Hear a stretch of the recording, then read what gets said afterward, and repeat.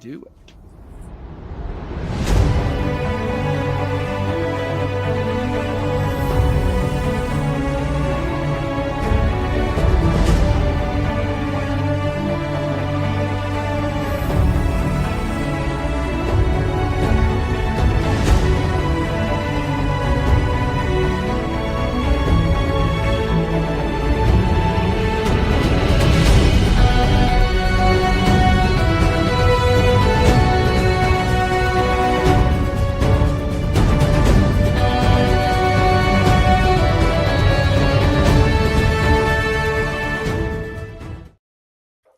All right, everybody, welcome to the first episode of the Barren Lands. So now I'm going to give a little brief introduction here, and then we're going to jump right into it. Going to play the music here. All right. Now I'm hoping this music shows up on the live. Someone drop me a comment. Let me know if you can hear that pretty music on the YouTube live. Make sure we're catching that. The music is a really important part of it for me. I love the music. All right. So now, the episode 1 of the Barren Lands. The player characters who are about to embark on this mission, on this journey, they come from different world states. They all come from their own world states. They do not know what VTTM are we using? We're using Owlbear Rodeo. Sounds good, Juberstan. Thank you. Awazark is in the house. Devious Heart's in here. Heck yeah. Drew and Dragon's in here. Chris is in here. Heck yeah. All right. Kelf is there. Heck yeah. Kelf is watching and playing. Kelf, don't watch too close. I got the chat up. Okay. Okay. So all of the player characters here come from different world states. They come from a variation. Some of them are from homebrew world states. Some of them are from like published world states very similarly. But they were all going about their business when suddenly they were taken up in a magical anomaly. To many of them, it felt like if they had ever teleported before, it felt kind of similar to that, but different. If any of them had ever plane shifted before, it felt very similar to that, but quite different at the same time. And I'm going to describe to all of you player characters exactly what it felt like. But here's the most important thing. Those of you who are watching, you know exactly as much as the player characters, because once they were taken up from their world states, once they were taken up by this magical anomaly, suddenly everything went black. And that's when the adventure truly began. Now, here's what all of you feel. All of you feel this sense of like you were doing whatever you were doing, and then suddenly you feel the sensation of falling, and everything starts to go black, and you feel a panic, like what is going on? It's like when you step, and there's no step in front of you, and you just fall into nothingness. And then you start to fall, and then suddenly around you there's swirls of magical energy, and then you see these colored rings that you seem to fall through. There's like rainbow spectrum of colors. Now, with that being said, I would like everyone to roll me a percentiles really quickly, and let me know what you get. I'm looking for the highest roll. Oh yeah, heck yeah, we got some percentile rolls going on. Got an 85. So we got an 85. Oh, Mr. Vincent got a 91. I think that's the highest one yet. Is that the highest? Yeah, I got a 77. All right. Beat it. Mr. Vincent. Oh, my bad. No, Soul got a 95. My apologies. I accidentally misclicked. Oh, okay. So Mr. Vincent did get the highest roll? Yeah. With a 91. Yeah, okay, Mr. Vincent, 70. your character specifically. Oh, you got a 70, Bailey? Mm-hmm. Okay. I got we got a 18. 91 was the highest. Mr. Vincent, your character notices that as you're falling, you hear these whispers, and you can't quite make out what they are saying, but it's a lot of whispers. It's like dozens, maybe hundreds, all at the same time, and they're all kind of. It's like as you fall, you're coming in and out of the range of them. And you can barely pick up what they're saying. It almost sounds like a bunch of random nonsense. But there are definitely voices, and you're falling through them. And you're the only one of the group who hears this. But then all of you after blacking out, all right, here we go. Changing scenes.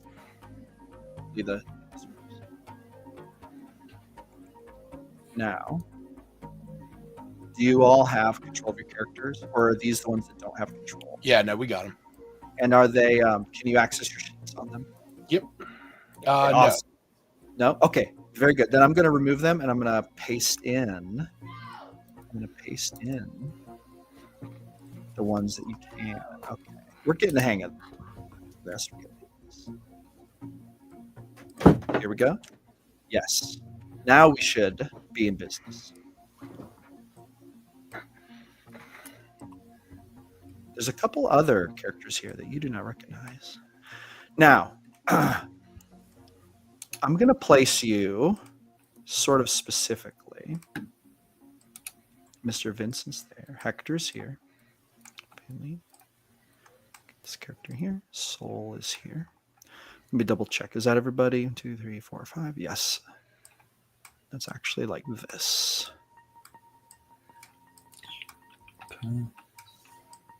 Okay. Now, I want everyone to roll me a perception check. And once again, I'm looking for the highest roll.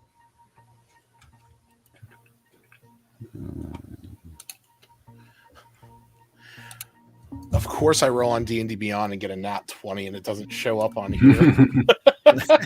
Oh, did it not show up? Is it acting up? It does. I don't think dice rolls actually translate from D&D Beyond to here. So it's just you need the triple D dice, the triple dice. Yeah, it's a different extension. Yeah. And then you have to make a room, and then you have to give that link to everybody to join, and then it'll link everything up from D&D Beyond. Oh, okay. Well, for now, we'll just do the best we can. Yep. Today's the Can you learning guys hear me? episode. Yeah, it is learning. Yeah. Can you all hear me? Okay. Mm-hmm. Yep. Yeah. All right. Awesome. I'll just do it on here.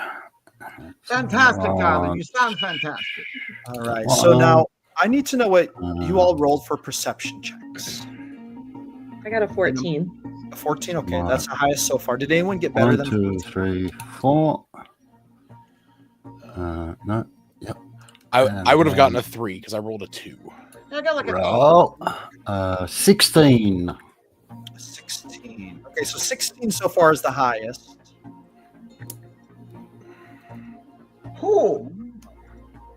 All right. So Hector wakes up. Describe for us what Hector. Actually, hold off on that for just a minute.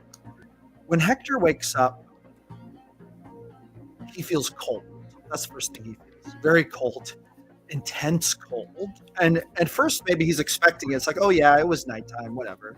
But then he's like, oh no, it's actually frigidly cold. Now, when you start to wake up, what would you like to do? Hector essentially has just fallen, and in his mind, he's been falling to meet death, and so he is he's embracing the fall. He's embracing the journey, and when he hits the snow ground, he sort of wakes up, shakes his head, gets up on his hands and knee, and immediately vomits. Now, as he's vomiting, he sees some things. It does seem to be dark, but there's a moonlight, and he sees that right next to him is a character that looks. Mr. Vincent, will you describe what your character looks like passed out on the snow? He's like 5'7", 170 pounds, bald-headed, tattooed from neck to foot in various tattoos of dragons and foo dogs. His skin is bronze. So Hector sees this character, and you basically throw up right next to him, and then Omen, you are stirred awake when a bit of vomit splashes onto your face, and you feel cold. What would you like to do as you wake up? You see this Immediately, character. I'm You see sorry. this character leaning right above you, actually, and Hector. Actually, before Omen does anything, he would see you. Describe what your character looks like for Mr. Vince. Yeah. So Hector is sort of an average size humanoid, mainly looking human, except for some shadow markings all over his body. They're swirling and shadowy, but from a distance, they look like tattoos. Most of them converge into an area around the middle of his chest. His skin otherwise is very pale and ashen. His hair is just this dark brown, very nondescript. His eyes, though, deep, deep dark, very black. And then as you scan down, you notice that he's missing his left leg below the knee. Okay, so Omen, as this character is throwing up beside you, what would you like to do? So I push myself to my knees and I grab my head in my hands and place them around my ears. And I begin squeezing my head as if to crush a melon. And I say, whispers, voices, gone. Finally, gone. You feel the wind And start. tears begin to flow down his eyes and freeze upon his cheeks and around his eyes. So And he looks up at the person standing in front of him, vomiting, and he says, we must find shelter. We must find rest. I must find a place to stand down. I'm going to leave it to you. all right. Now at this point, Faylene wakes up. Faylene, you kind of, your eyes flutter open, and you being an elf, you are an elf, correct? Yes.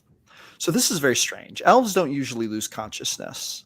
In fact, this might be one of the, I don't know about the intricacies of Faylene's past, but this might be one of the few times this has ever actually happened to her. So this is very alarming, maybe.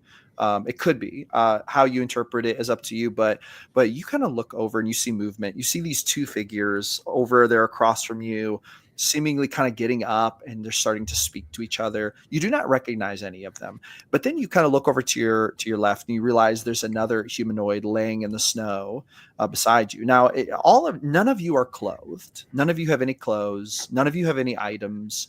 I mean, Faylene realizes, she just had her stuff and now she doesn't have it. And she looks over at this humanoid and she realizes this person is also just like naked, no clothing, no items, no weapons. She has white hair. She has a very kind of like a slim humanoid build. She looks very like human, but there are a few peculiarities about her structure that make you think maybe not exactly human. But she doesn't have the pointy ears of an elf, so it's a little bit of a mystery.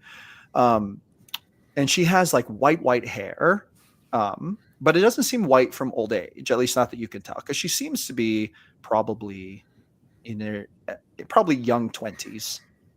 If she's a humanoid, or if she's a human, seems to be the age.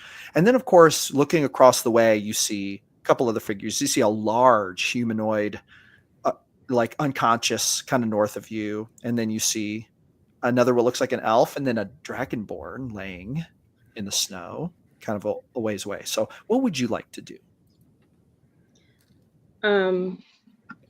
So Feline, realizing that she's not with her clan, immediately backs away from the person beside her. Can she hear at all what Hector and Omen are saying? Yeah, there's a little wind kind of whipping around and it's ice cold, but she does hear muffled words, and she hears what sounds like retching, and then she hears Omen. Omen, what was the last thing that you said? I can't remember exactly. I said we need to find a shelter and a place to rest. I must find a place to stand down.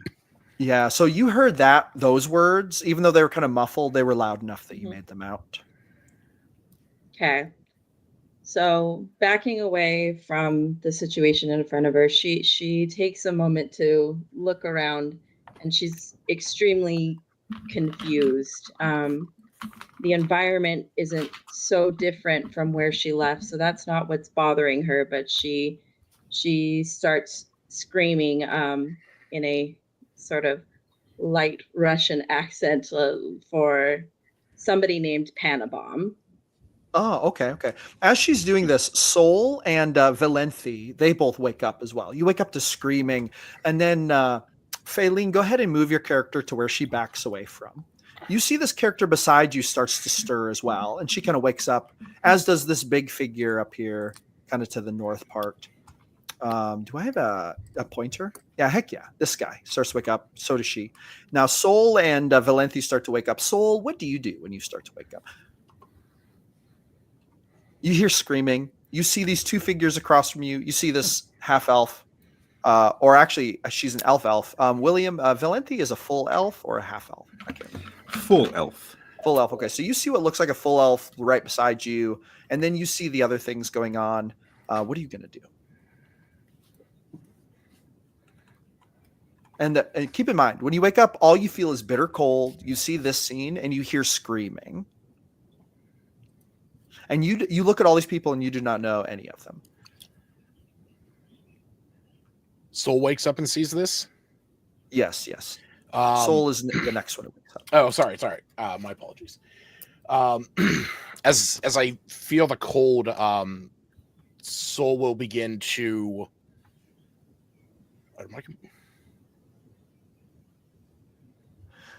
Now, I would like to remind everyone as we begin moving into actions, just remember that you don't have any items with you. So if you have a spell or ability that requires a material component, you must acquire that component before you can use the spell or ability. That's just an important thing to note as we move forward. But anyway, go ahead, Soul. Continue. Sorry, my computer just acted up and all of my windows basically just like undid themselves. That's okay. Hey, let's go to Valenthi. Yeah, instead, please. actually. Sorry, my apologies. No problem. Valenthi, you wake up. You hear screaming. You see a dragonborn just starting to sit up beside you. You see the rest of the situation unfold. And actually, Faylene, you should describe yourself because now eyes are on you as you start to scream. So go ahead and describe what your character looks like. What they see as she is screaming and backing away. Sure. So she's very much has her golden eyes sort of darting around wildly and wide. She's cupping a hand to her mouth. She is about 5'5", so on the shorter end, gaunt face, and very androgynous sort of body type with some lean muscle on her. Her skin is fairly pale, but there is some light sunburning and wind burning on her freckled cheeks. Her hair is a light white, sort of platinum blonde that's in a messy braid around her face. On her forehead, notably, is a big, large, circular, deep red tattoo with a matching color that's sort of triangular shaped under her right eye. And yeah, she looks very Scandinavian, we'll say. Okay, very good. So Valenthi, what would you like to do when you see this happening?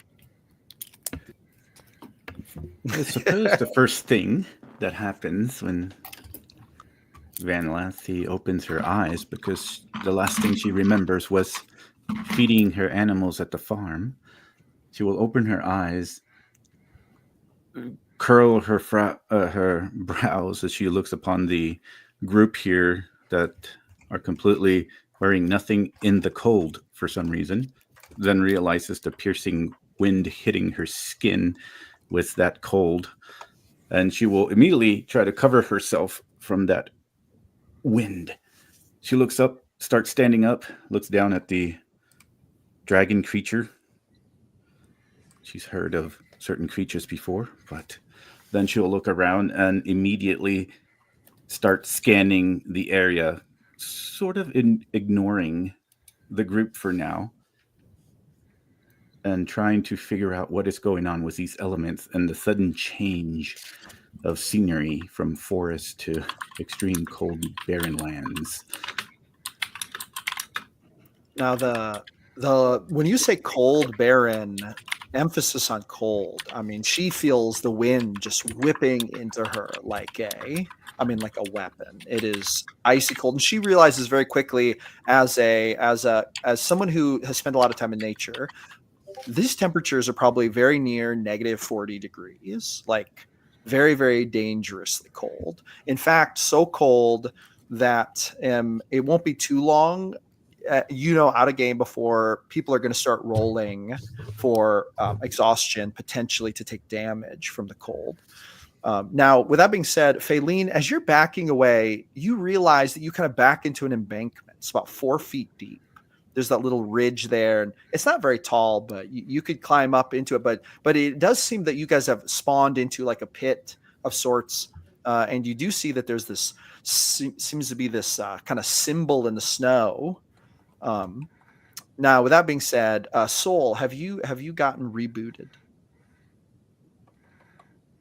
Yeah, sorry. Yes. Yeah. Okay, very My good. apologies. What is Soul going to do?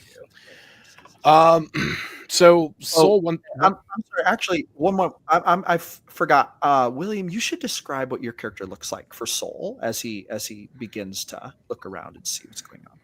For sure. Yeah. As she was looking around, I would assume the wind is blowing harsh enough for her long blonde hair to swish around her. But she does stand with a quiet grace because it shows her elven heritage. And she has a striking contrast because her eyes are a piercing green. She has that determination in her eyes. And then she also seems to still be young by elven standards, I suppose, before her 100 years. And though she looks young, she still seems to have some sort of vision of struggle within her eyes. And if anybody notices this quite closely, I suppose the hands would be a little bit rougher than the rest of her smooth skin and such. Soul would likely notice this, being a figure who favors some martial skills, probably maybe the telltale signs of hands that have done work or maybe wielded weapons. Does this sound accurate? Correct. Yeah. All right. Now, Soul, you see that these figures around you starting to stir. What would you like to do? Soul's gonna, start to come to realize the bitter cold and look around and say, "By Lathander's light, where am I?" Take a bit of the snow that's in the ground and crunch it up and say, Have I found my way to the fifth level of hell? Who are you all? My friend, you see this big dude up here start to stand up. Now, as he starts to stand up, you see that he is mostly he looks like a human, but he is massive, 6'3", great midsection, a mixture of muscle and fat. Looks like the build of a sumo wrestler. Stands up upon thighs that look like towers.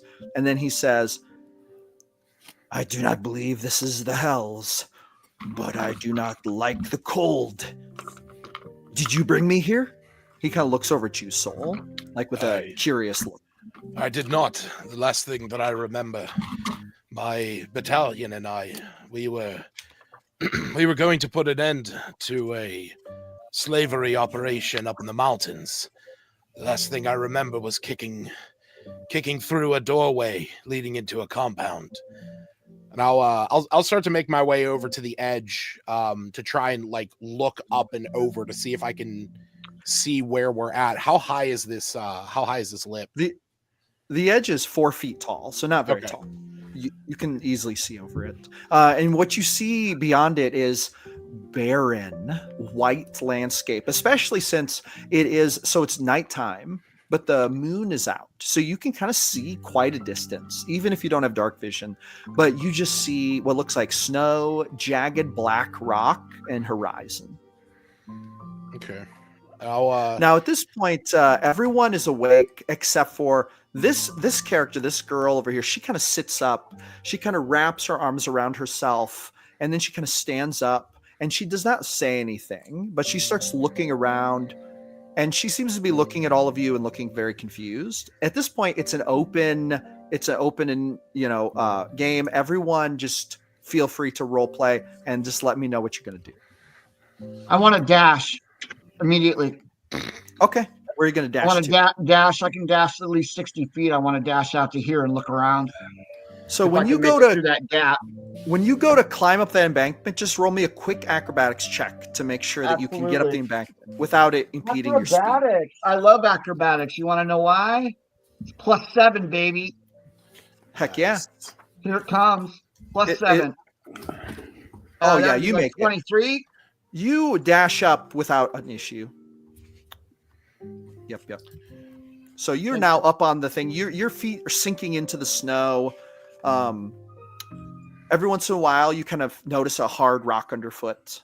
It's very rough terrain, icy cold. So I'm looking in every direction to try to find some sort of larger rocks, things to give shelter.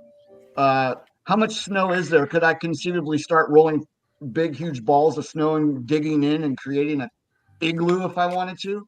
As close as you can figure, there's about a foot of snow on the ground. Okay, so and not really, then not a lot. beneath that, you feel something hard, maybe ice, maybe rock. Okay. I'll begin sweeping the snow away to see if I can discover if it's shale or if it's ice Very good, very good. while I'm scanning the horizon, and I'll leave you to the rest now. Yeah, that's what I would have been doing. I sort of was moving out there to do the same thing as far as like there's no mountains or anything. It's just pretty much just flat. So it's hard to tell at night like this what's too far in the horizon, but as far as you can tell, you don't see any immediate mountains. It is white snow, the occasional black rock jutting out from under it, and a black sky filled with stars. The stars are many and numerous, and the moon is bright, bright, bright. In fact, give me one moment to check something really quick. I'm going to describe the moon for you a little bit more specifically, but I have to check my notes. Thank you. Please feel free to role play amongst yourselves as I look this up. Soul's gonna look around to everyone and say, "Where are we? Have any of you have been awake longer than I have? Are we north of the Midas Peaks? I do not recognize these lands, and I cannot see anything beyond the horizon." Now, the Midas Peaks, Kelf, if I'm not mistaken, that refers to the world state that you're coming from, Correct. which is a homebrew world state. Yeah, that's the mountains to the far north in the world of Elsmore, to where there's the frigid wastes beyond that are vastly unexplored. So that's where Soul thinks he is right now. All of you would hear what he's saying, and it literally sounds like gibberish. You have no idea what in the hell he's talking about. And it's like bizarre. It's like, what is this dude talking about? He's like literally saying things that don't exist in your world. Like, so anyway. There's only one moon, right? That is a good question, and I am double checking that really quick. Okay. I must consult my notes. Give me. Oh, here we go. Okay. I can tell you right now, actually. Just look at the sky. Yeah, this guy's fine. Okay.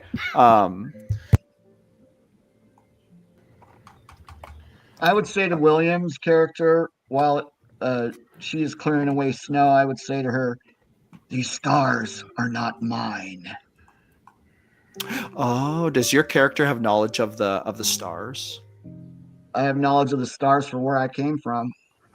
Then, if looking at these stars, actually roll me a history check, or Absolutely. do you have a skill that might be better suited to it? Let me take a quick. Yeah, my Arcana maybe. Arcana or history, whichever's better. Roll me one of Gotcha. those. Gotcha.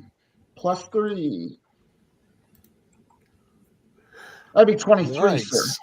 That's Okay, funny. so you look up at these stars. Your eyes search for. They search for the known.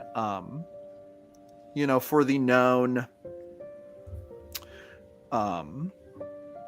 The known constellations, the known sites, and here's what you realize.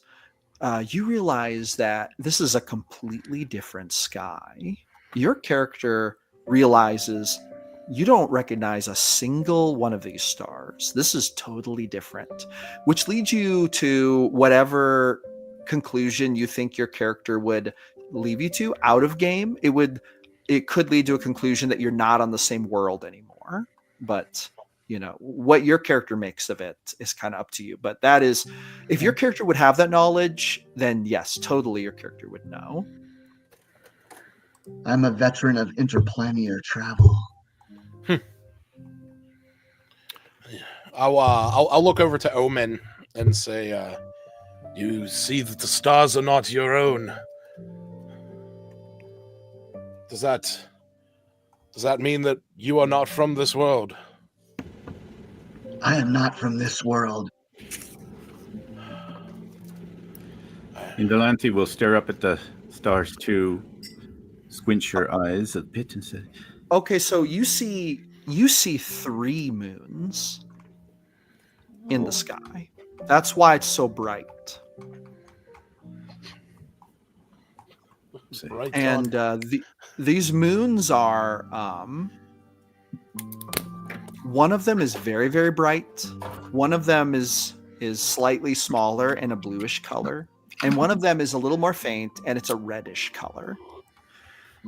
Now, those of you who live in worlds that do not have 3 moons like that would be a big clue that you're maybe not in the same world. yeah, Valencia will stare up and say, "Oh, we're definitely not in my world of solar. We only have 2 moons." Yes, and as when Omen brought attention to the sky, and and Valenti does as well, I will look up and say, "Yes, where I am from, we have but one, and it is half shattered." As Valenci, is there any way she could do a more detailed look as far as trying to look for anything that's higher than the 4-foot embankment of snow here? Anything that would cover us from the element of wind? Yes, There's no mountains. Make a perception check. Right.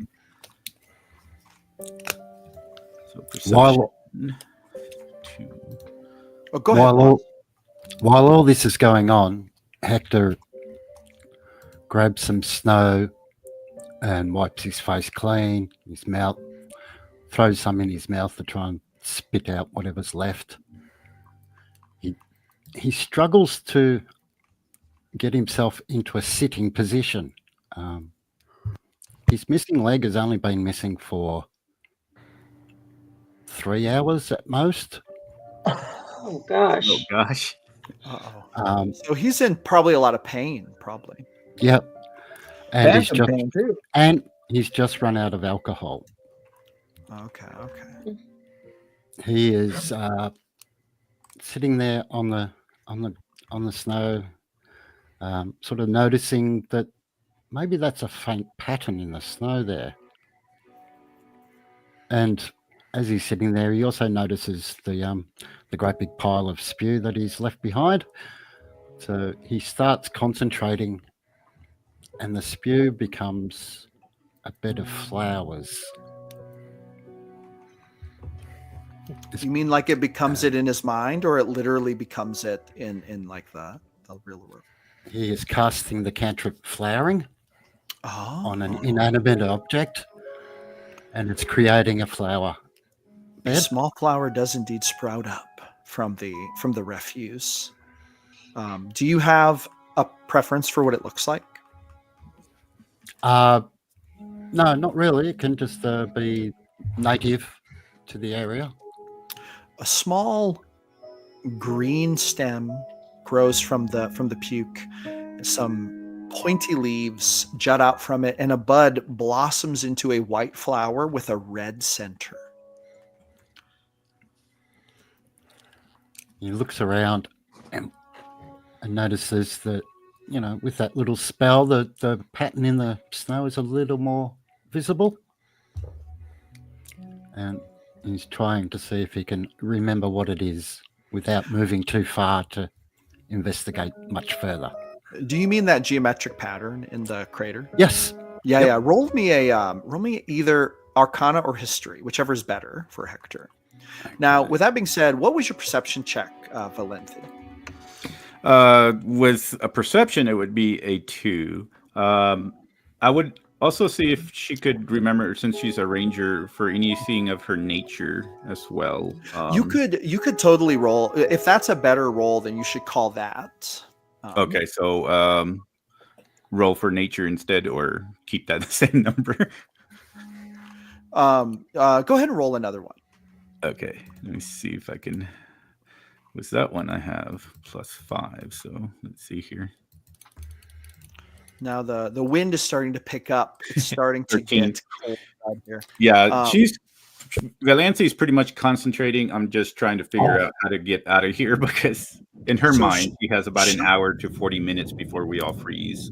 Yes, no doubt. To the east, she sees what looks like kind of a large black silhouette, and she thinks it might be either the rock, like a big rock, or maybe the beginning of a mountain range, but it could mean cover from the wind.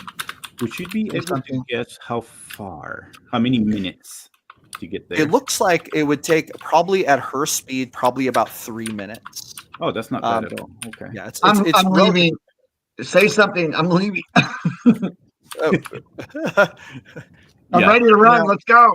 As you guys are doing this, this girl over here, Feline, she talks to you. Am I saying that right, Feline? Yeah, Feline. This girl speaks to you in common tongue, but you notice that her common tongue is strange and broken compared to yours. And she would say, "Where are you from?" Feline, who is still very focused on the fact that she is not with the people she expects to be with, kind of like turns on this person and has like just sort of daggers and says, "What does it matter where I am from? Where are you from?" She kind of backs away, and then she says, I am from Narskal. Narskal. What the hell is Narskal?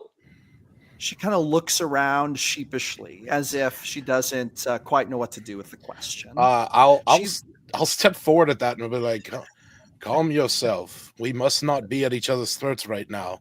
Oh, do not tell me to call myself whatever you are, lizard man. Go get back from me.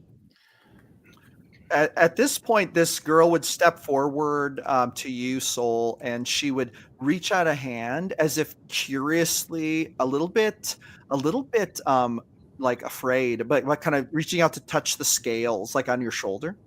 He'll look at her and say, "Worry not, young one. I am not of your kind, but I am not here to do you harm. You are welcome to inspect me if you need. I have Nothing to hide in this state. But She looks into your eyes. Roll me an insight check real quick. sure. And then she would say to you, Be a 7 total. okay. The look in her eyes looks curious. Faylene, would you also roll an insight check real quick as you see this scene unfold? She would look at you and she would say, "Kind? Are you kind?"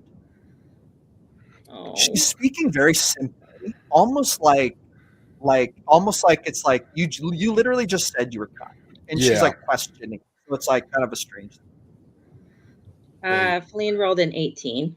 Oh, an 18.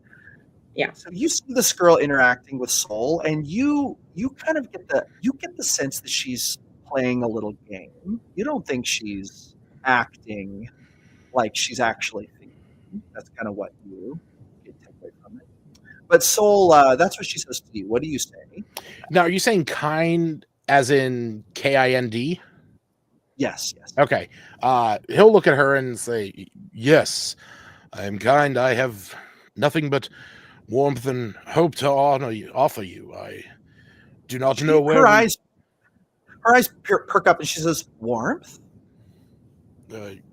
Yes, in fact, who was the one who was making the little flower grow? Hector. That was Hector. Hector. And I go, yes. In fact, I was going to speak with this elf over here and inquire if he is able to make a burnable fire source. She actually puts her arm around your arm as if to kind of go arm in arm with you, and she kind of presses up against you, and then she kind of acts like she's afraid a little bit, and then she glances over to you, Faylene, and you see this sharp look toward you, no. like, kind of like look what, like kind of like how dare you talk to Big me brother's that way? here. Yeah. Feline does not move, but she looks back at her and she goes, "Do not give me that look. What did you do? What have you done to the sky?" Because where Feline comes from, there are 2 moons, one of which is red, and she sees the blue moon not as an indication that she is in another world, but as somebody has fucked up something with the heavens, and she immediately unleashes her frustration on this young girl personage. As you say this, Soul, she looks up at you and she whispers, "She scares me." And Soul will look down at her and say, "We are all very concerned at the moment of where we are. Do not take it personally. It is displaced anger, and we must all stand with each other in these moments. It is now that we will be tested. But Lathander's light will guide us, and Saloon's honor. She will protect us in Lathander's stead." Now, as Soul and her go walking away, she shoots you one more daggered look. That's kind of like like hiding it from Soul, but definitely giving you like a little girl would stick her tongue out. Yeah, she doesn't quite do that, but Faylene, you definitely sense some weird business with her for sure. Feline just scoffs. "I thought I need this," and is like muttering to herself. And then she would like to look at the embankment itself and try to gauge like how thick it is and if she could start building like a snow cave into it. It does seem that when you dig just a little bit, you reach what seems to be rock, which is actually interesting because it looks like this is actually a rock crater. There's not a ton of snow. There's like a foot of snow, but this does seem to be a roughly 3 to 4 foot rock crater that you're in, based on your. This just infuels her frustration. She's like, "This is no good. This is no good. This is worthless. This is." Oh, and she just kind of sits and curls into this little ball as much as she can. All right. Now, with that being said, we're going to open up the floor. Whoever wants to make a move, feel free to do so. Yeah, Valancy will talk to Okay. What was the person's name next to me? Well, she didn't get the name. She's just looking all over the place. She doesn't care about names right now. She's looking for it's too cold. She's looking and she looks toward the place and she'll look to the person next to her and she, we must That's get Omen. there. We must find shelter right now. So before she leaves, I'll say, do you see some place that I am not seeing? And she'll say, yes, to the east. There's some mountain, perhaps a mountain range. So I'll look to the east. And so GMP, you said we saw larger rock formations. Yeah, Or what we think. Once she calls your attention to it, you kind of look and you see, indeed, there seems to be a large black silhouette, perhaps shelter. That's approximately 3 minutes away at top speed. 3 minutes away at a moderate pace, I would say. All right, so I'm going to begin to move at my top speed halfway until I reach halfway the distance, obviously taking in my surroundings as I move as quickly as I possibly can halfway there. Okay. And then Valanthe will scream out, over here, shelter, possibly to the east. And then she'll shoot a firebolt into the sky. Oh, so you all see this. You hear the cry and you see the firebolt fly up into the sky. And then she'll start running, following, well, trying to get to the area. This big dude here, he takes one look at all of you guys and then he just turns and starts to run after them. What would the rest of you like to do? I'll turn to Hector and say, on the way, I suggest that we follow them. It is best not that we stay too divided. We don't know where we are. We don't know where we're going. But that thing you did, conjuring up the leaf, are you able to do that with full wood? Hector looks up rather distractedly from his investigation and says, "What? Who are you? What do you want?" My name is Sol, and we are going to need a fire source. We're going to need something combustible. I can light it using my fire breath, but we will need something that will at least stay lit. No, this is just a little garden. It feeds me sometimes. If the object's big enough, I can make a big garden and it attracts bees, and I can eat the bees. Now then, let us hope that we find some fire sources, some fuel along the way. Come, little one, and I will. I'll bring the little white-haired girl along. She's gonna follow you and run along with you. Now, if you guys follow Valenthe, William, is that how you say her name, Valenthe? Yeah, Valanthe. And also, I wanted to say, as I'm running over there with my vision, I'm going to also try to also keep an eye for large stones and small stones, like flintstone or obsidian, maybe. But any of that, one thing I'm running that way. Oh, go ahead. One thing you realize is that there's quite a bit of stone all around you. And I'm going to actually change the scene. I'm going to copy these and change the scene. Here we go. Changing the scene. Hopefully this works.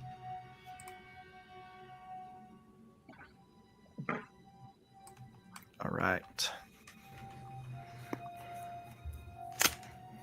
Oh, I see fire sources. All right. Now, as you all come into frame, you'd be on the left side over here. Can you all move your pieces? Okay. Yeah. Okay. You would all come into the left, and that big rock there is what you saw, Valenthe. But then when you kind of round it, you see that there's some kind of a campsite here. There's a cabin, and there's a crate, and then there's what looks like the remnants of a fire, but it has been out for some time. So can I ask a question? Yes, yes. So, not to toot my own horn, but I believe I was the fastest because I can move like 80 feet a turn or whatever. So, at any you rate, would probably have arrived first then, probably. So what I just want to say, the reason why I said I'd wait till I got like halfway or saw something important, then I would stop and try to hold my hand up and tell everyone else to slow down. Okay, so that okay. maybe we could approach this in a stealthy manner. So you would see this, and you could totally do that. Yes. So the rest of you see Omen, the tattooed figure. So you see him kind of slow down and put up his hand as if to signal a stealthy advance. What would everyone like to do?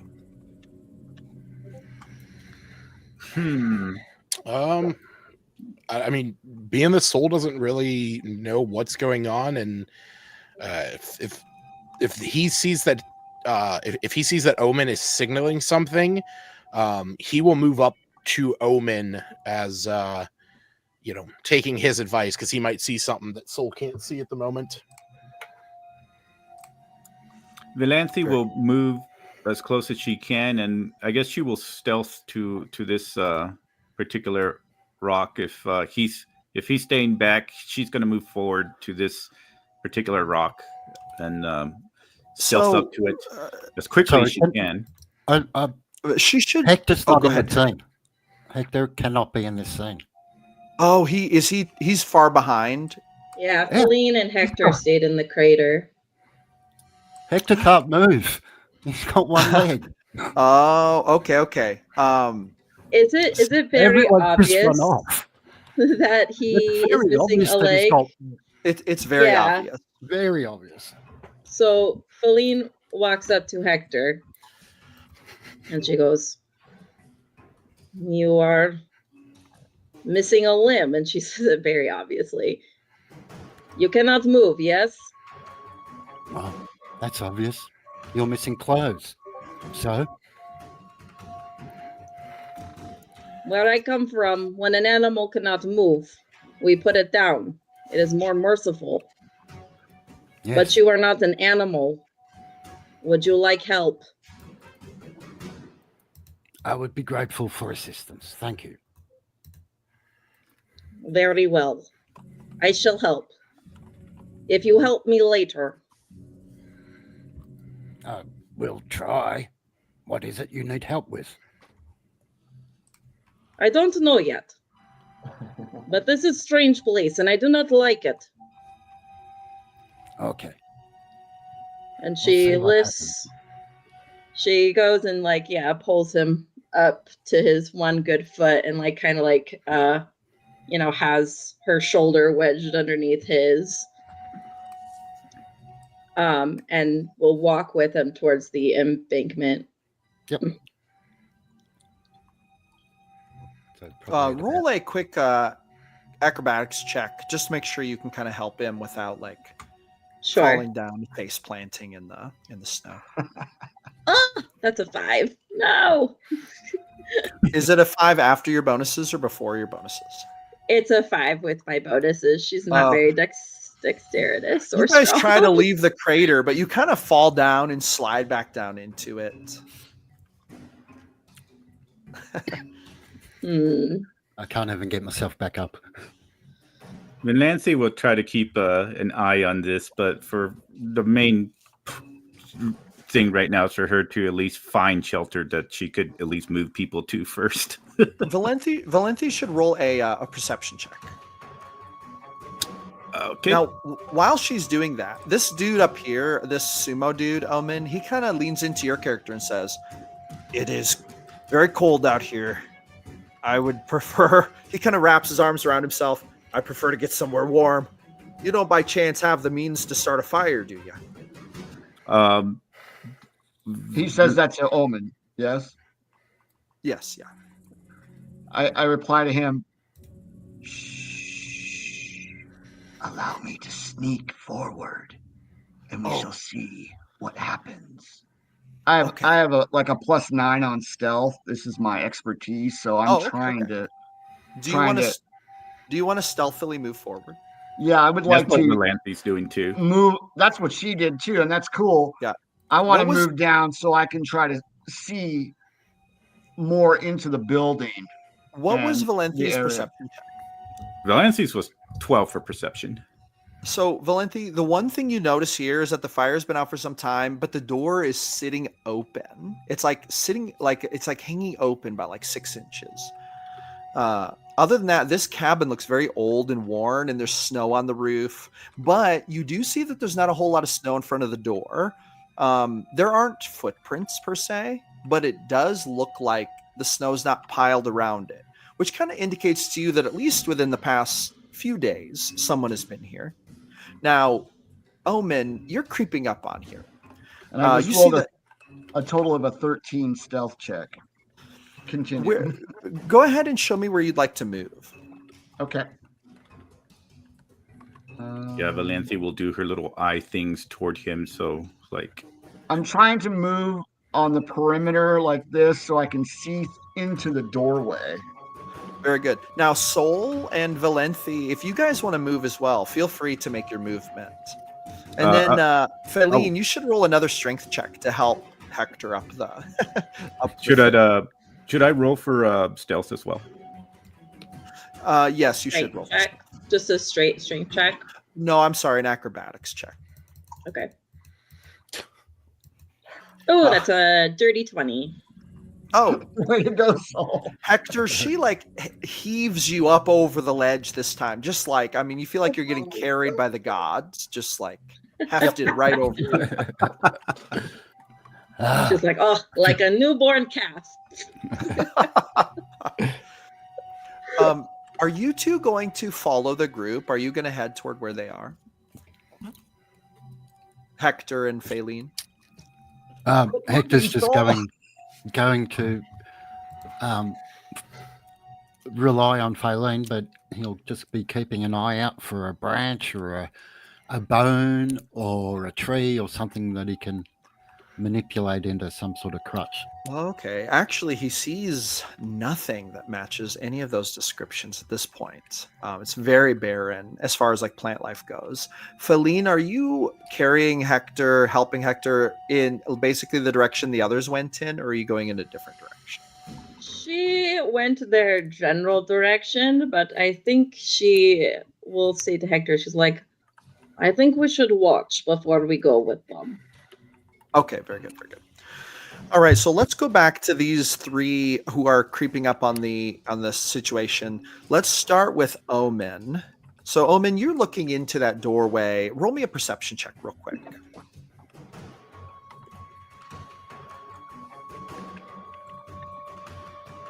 That would be a 19. Nice. So you're looking in there. It looks dark.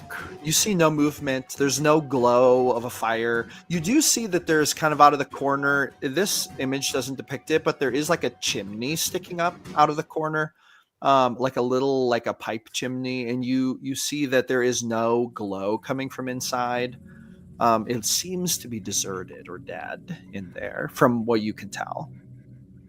So I pick up a loose rock that's down by my feet, and I will continue to move stealthily towards the open door. Okay. So you arrive at the open door. While he's moving forward, Valenthi and Sol, what would you like to do? Once I can get to where this fire is, or where this wood is, I'm going to. I can see what Omen's doing, so I'm going to give him time to investigate that, but I'm going to make sure that this little white-haired girl doesn't get into any serious danger, because as soon as we can resolve any kind of safety issues, I'm lighting a fire. Do you want to go ahead and light it now, or are you going to hold off? No, I'm waiting until Omen checks the building, because okay, gotcha. Sol was never the scout in his group. He was, he was more of support, so he understands. Let the scouts do their job. As you guys pause there, this girl kind of literally pushes up against Sol and kind of puts her arms around him as if for warmth, to stay warm. And she seems to be shivering very, very, very much so in the cold. And then she kind of just looks up at him with these eyes that seem to kind of say, please light a fire. I'm freezing. This seems to be but she doesn't say anything. Yeah. Now, with that being said, Valenthi, it looks like you come up to the door. Both you and Omen should both roll perception checks to look inside, if you would like to. That's an 8. Oh God. 5. So neither of you see anything in there. The door is hanging open. You have a good 6 inches to peer through. The cabin seems to be in relatively good condition. In fact, the door looks like it was recently refurbished. Nice. But you see no movement inside. I'm immediately going inside. Okay, so as you go inside, we're going to change the scene real quick. I'm going to save these characters here. Is this right? Yeah. Okay.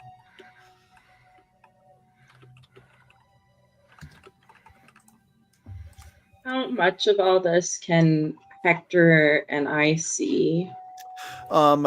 None of it quite yet, but by the end of this turn, you two would have come up close enough to be able to see Soul and that girl sitting by what looks like a kind of like a half-burnt pile of firewood, and you kind of basically approach. Actually, let me. Keep going. I'll be You right back. guys would be about here.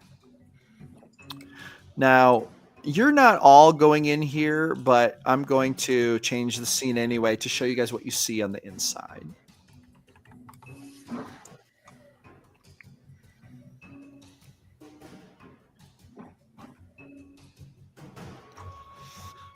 Now, Valenthi and Omen, you're the only two who are really seeing this right now. So I'm going to put you, Valenthi, right here. I When you literally look had to go put a piece of wood on the fire. Oh, nice. So one thing that you do see, you see that there's a chest over in the corner that mostly the room looks empty. There's a window on the north side, but you do see one thing. I've got to grab it here. Whoop. I've got to resize this. There we go. Ah! You see what seems to be a corpse laying beside the door in a bedroll.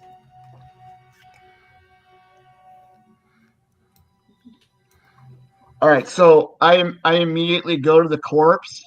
I pick it up. I throw it off the bed, and I begin to inspect the bed. So when you pick it up and throw it, one thing you notice is that it's Well, I don't throw it hard; just roll it off the bed. Yeah. Okay. Sorry. Yeah. And you see that the bed is what looks like to be a pretty decent bedroll. Although there are some blood stains on it. Oh, I immediately lay down on the bedroll. Oh, okay. So the body kind of goes, and you Yeah. lay on the bedroll. Yep. Okay. And what is this thing over here by Valanthi? That gray. You see that is a fireplace, like a makeshift rock fireplace with a small metal chimney going out the side. Excellent. Is there any wood in there currently?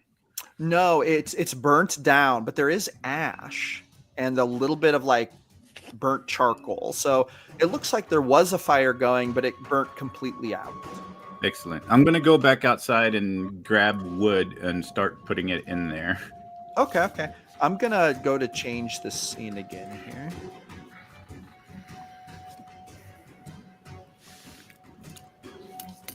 Let me here we go. Yeah, here we go. Nice. Oh, while you were changing, did I happen to find, you said there were stones, right? There was a stone fireplace, yes. I mean, as far as what I'm looking for is large stones and then smaller stones. So these rocks around here, there are all kinds of stones laying about. It's a very rocky area, and you do see flint.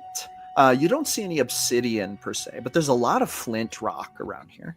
Excellent. As I'm grabbing wood, I'm also going to try to grab a big rock and a smaller rock and just all cradle them all in my arms and. Oh, very good. Okay. Now, while Valenti's doing that and Omen is inside laying on the bed, what would you guys like to do? So you see Valenti come out. Soul, what would you like to do? Once I see that they come out and the situation in there has not erupted into any kind of major issue, I will. I'll tell the young white-haired girl, step back a moment. I do not want you to get burned. And then I will get down close to the fire and will use my fire breath to light the fire. So as your fire breath comes out, suddenly Valenti and Faline and Hector, you see this just like in an otherwise dark night, this just bright light erupt from the Dragonborn's mouth, and the logs that were here, which were kind of halfway burnt, just erupt into flames, and you see a fire spring to life. Oh yeah, I was about to say, yeah, I can add I can add this. My bad, I didn't mean to add that. You what? I can add assets from Albert Rodeo because I was gonna put a line on there. There you go. Are you is your line gonna hit the cabin? It is not. I specifically want to angle myself this way so that nobody is in the way. The cabin looks highly flammable. Yeah, I can imagine. Yeah, so I breathe out a 30-foot line in that direction. Oh God, it lights up the whole. It's just like you guys see this light, just like. So Nancy almost trips over as she sees this fire and kind of likes the warmth for a little bit, but leans against the cabin for a little bit, and she's like dragging the rest of the wood into the fireplace. Now, Valenti would have found that there was actually a wood pile with approximately 2 days worth of wood stocked over here. Ooh, nice. And that would have been the only firewood she would have found, other than there's a crate sitting here that is closed and it's actually nailed shut.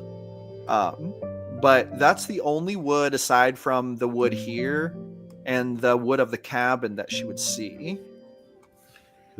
Yeah, she's her main focus now. She notices that, takes note of it, and then she will begin shoving the wood into the fireplace, and then she will attempt to light it on fire. Where's her firebolt? Oh, like on the inside, like lighting the fireplace? Yes. Yeah. Okay. So while she's doing that, what does Faline do? Faline would look to Hector and say, "You want to get warm, yes?" Don't care. I want to walk. You don't care. I want to walk. She's like, "If you do not care, I will drop you right here and keep going without you." I need to walk. I don't need to be warm. She says, It's not "Fine. cold. It's not I will cold walk here. you." What do you mean it is not cold? It's not cold. It is normal. I have a You are fire over strange. here if you are cold. And guys she's like, do all "Well, I'm this cold, conversation. so Yeah. we will go to Just- fire." And Take me she'll to where move there's wood. over here, and bring Hector with her if he is willing. Well, he doesn't move otherwise. Yeah. As you guys gather around the fire, you see the big sumo wrestling dude. You see him like rub his hands together and he like squats down. He looks pretty comfortable in a very aggressive squat position, and he like puts his hands up by the fire. And then he's like, Thank you, sir, lighting this fire." And then he kind of seems to pause for a minute and he looks down and he's like, "Okay, this is a training exercise, isn't it? Which one of you is the manager? Which one of you spearheaded this?" What are you talking about? He's like, "I know." He looks a little shameful and he's like, "I haven't been putting in the reps. Someone sent me here to punish me. It was one of the managers. Who was it? Who was responsible? I'll make it right. Feline says, "Are you a soldier? You in the Roscovian army?" Lascovian. "Oh no, I'm not. I'm not in the army. He says, I'm an athlete." "What is an athlete?" He says, I fight in the arena, and I have a Hector. match coming up in 12 days, and I Hector have a lifts training his with head up. Hector lifts his head up at the mention of what is an athlete. Huh? An athlete? That's a bullfed. All muscle, no brain. The that guy kind of like looks at you and he's like, I would like to think that I have somewhat of a brain. Well, if you have a brain, help me walk.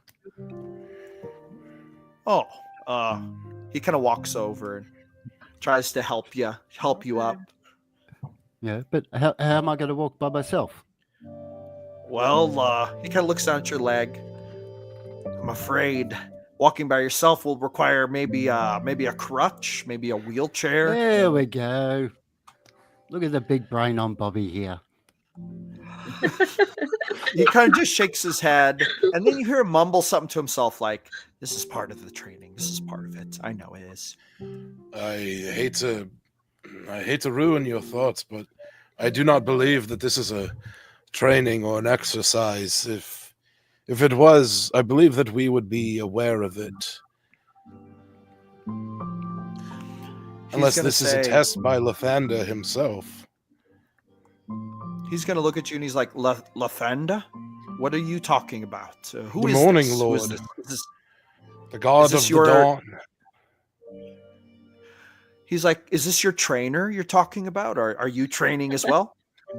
I'm always seeking to better myself, but Lathander is the Lord of the Sun. He brings the dawn, brings new day and hope, brings life and vitality to those who need it.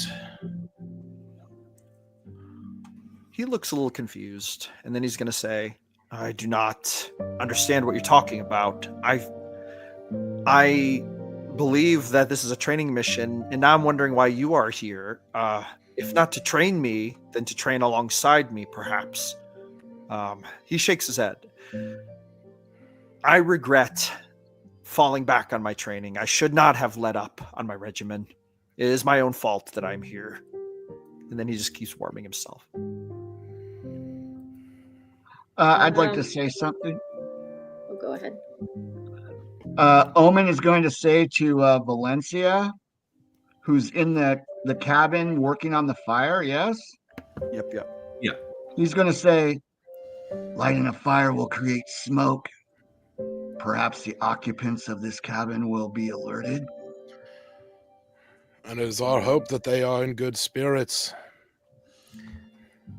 Valanthi will look over and is like, well, it is that or we die from cold.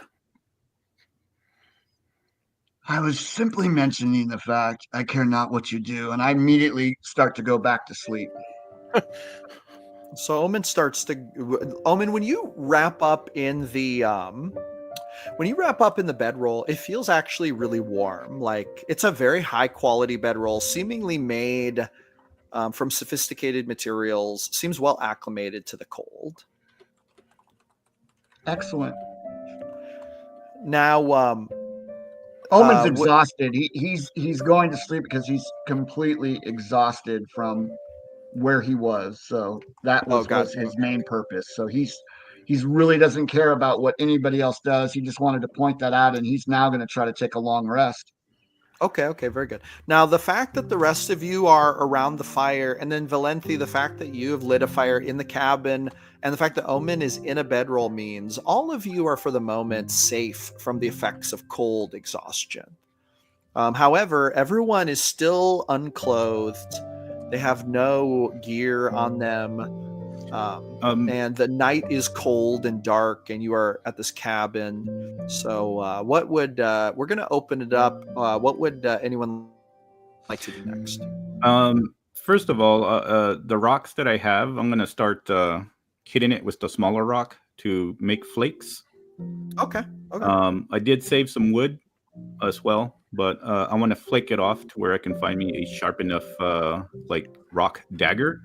And while I'm doing that, I'm inspecting the dead body for what kind of clothing it has. Now, one thing that you would have noticed was there was a chest in the cabin. I'm not sure if you saw that, but there was a chest in the corner. Oh, okay. But the corpse, if you inspect it, roll me a medicine check. While he's doing that, I want to check out this chest, this crate that's outside, if that hasn't already been investigated. So when you go over to the crate, you see that it's nailed shut. Okay. Literally with nails. Cool. So that would be a 16. You realize this corpse is dead, but it is not super like long dead. It's maybe only been dead for maybe a day or two, or maybe 3. It is frozen solid, but it is also exsanguinated. Ooh. The blood seems to have been removed from the corpse. Interesting. I'm going And to. the corpse is wearing a suit of relatively nice traveler's clothes that seem specially designed for cold weather. Relatively sophisticated traveler's clothes, like something you would expect to find in a big city, specially made. Okay, I'll take whatever I can to put on and fit myself, and if there's anything left over, I'll leave it for the other group, and then check the chest as well, as I'm working on my rock. While he's doing that, right before I go off into a deep sleep, I remove the bedroll and throw it on the floor and just lay on the bed without the bedroll. So if somebody comes in and wants to tear it apart or whatever, they can have at it. Well, when you pick up the bedroll, you realize there's no bed under it. It's only a bedroll on the floor. Oh, okay. Well, then I'll just lay on the floor. Oh, okay. So you lay on the floor. It is starting to get warm in the cabin due to the fire running. So now, Valente, you check the body and you go to check the chest. Soul was going to check the crate. Soul, do you have a strategy for how you'd like to try to open the crate? Yeah. Is it heavy? How heavy is it? It's pretty heavy. It's like it's about 4 foot tall, about 4 foot wide. You find yourself thinking, how did this get way out here? Like, there's no horses around. It would have been hard to carry this thing out here. I will make an attempt to find some loose rock to try and use as a tool to go real rudimentary caveman and just start smacking the edges of it to try and break some of the wood on it. Roll a, so you get, finding your rock is easy. You should roll let me think about this. Let's roll an acrobatics check to see if you can get it smashed open, unless you can think of a better skill. I was wondering if I could just do like full force strength, so possibly you athletics. Could totally. Then that would be an 18 total. So you are able to, partly using a rock and partly just through your strength, you're able to pry the lid off. Beautiful. And you actually find a few different things. Inside, there are several kind of smaller little crates that don't have lids on them. They're just like organizers, and you see what looks to be some kind of equipment inside. And I'm going to describe it for you here. I have to grab my notes. Please hold for one moment. Sure. Here we go.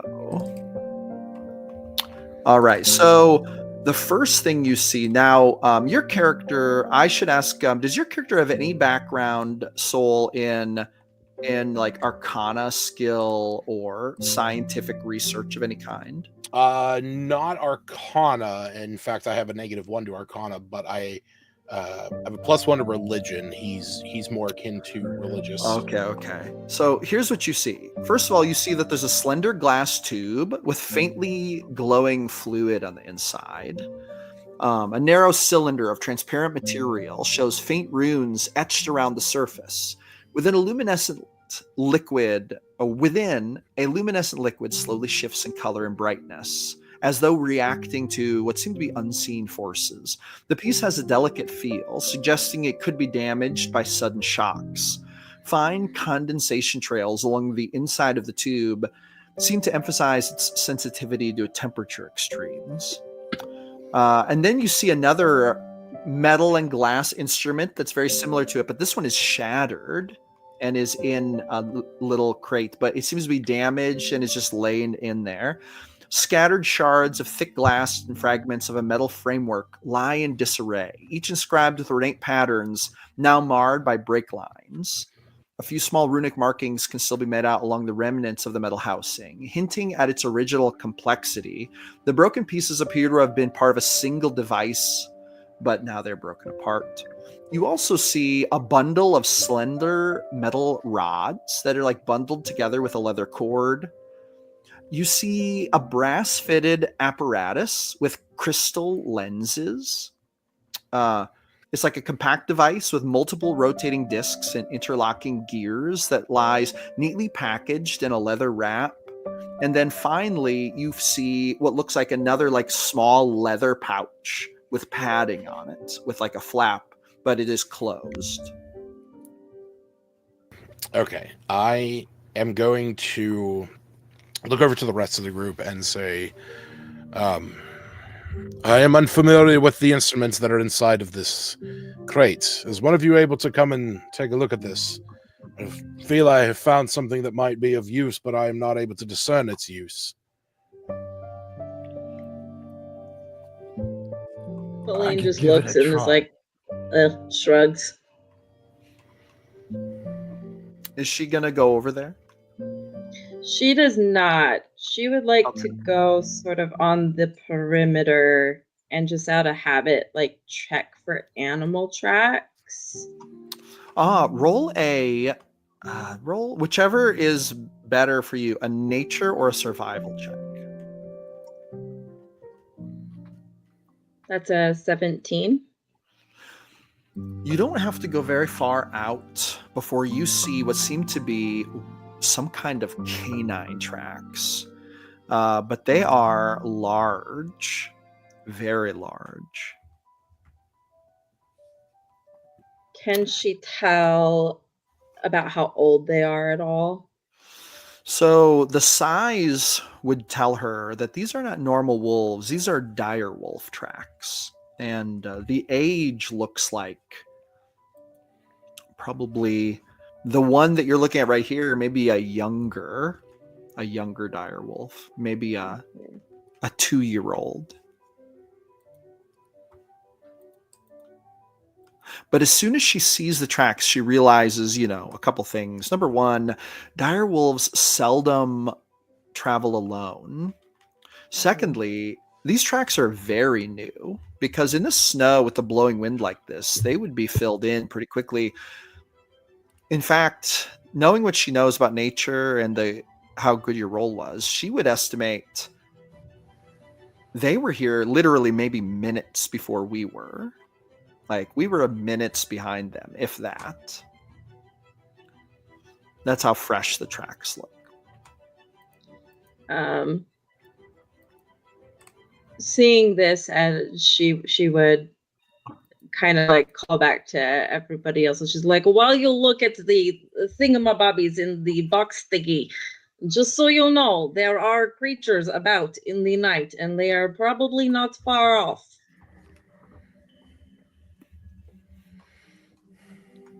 Now, as she says this, Hector, what would you like to be doing? You were sitting at the fire, but what would you like to be doing while this is going on? Hector turns to the big fella next to him there and says, "Well, you've had the idea. You're going to follow through. Go get some wood." You mean with the training? "No, with the crutch, you fool." Oh. God, you're such a buffhead, Bobby. Oh, now you don't have to be rude about it. He's gonna. Don't be so stupid about it. He's gonna meander away. You see his large glutes just, flexing as he walks away. You find yourself thinking, "Man, I wouldn't want him to fall on top of me." It's kind of what you're thinking. And then he walks over. He kind of walks past you, Soul, and he's like, "Your friend is not very kind or patient." He is not yet my friend, but at these moments, I am not going to turn away any kind of allies we have, but we must learn to, and he's going to kind of raise his volume a little bit, get along with one another in these trying times.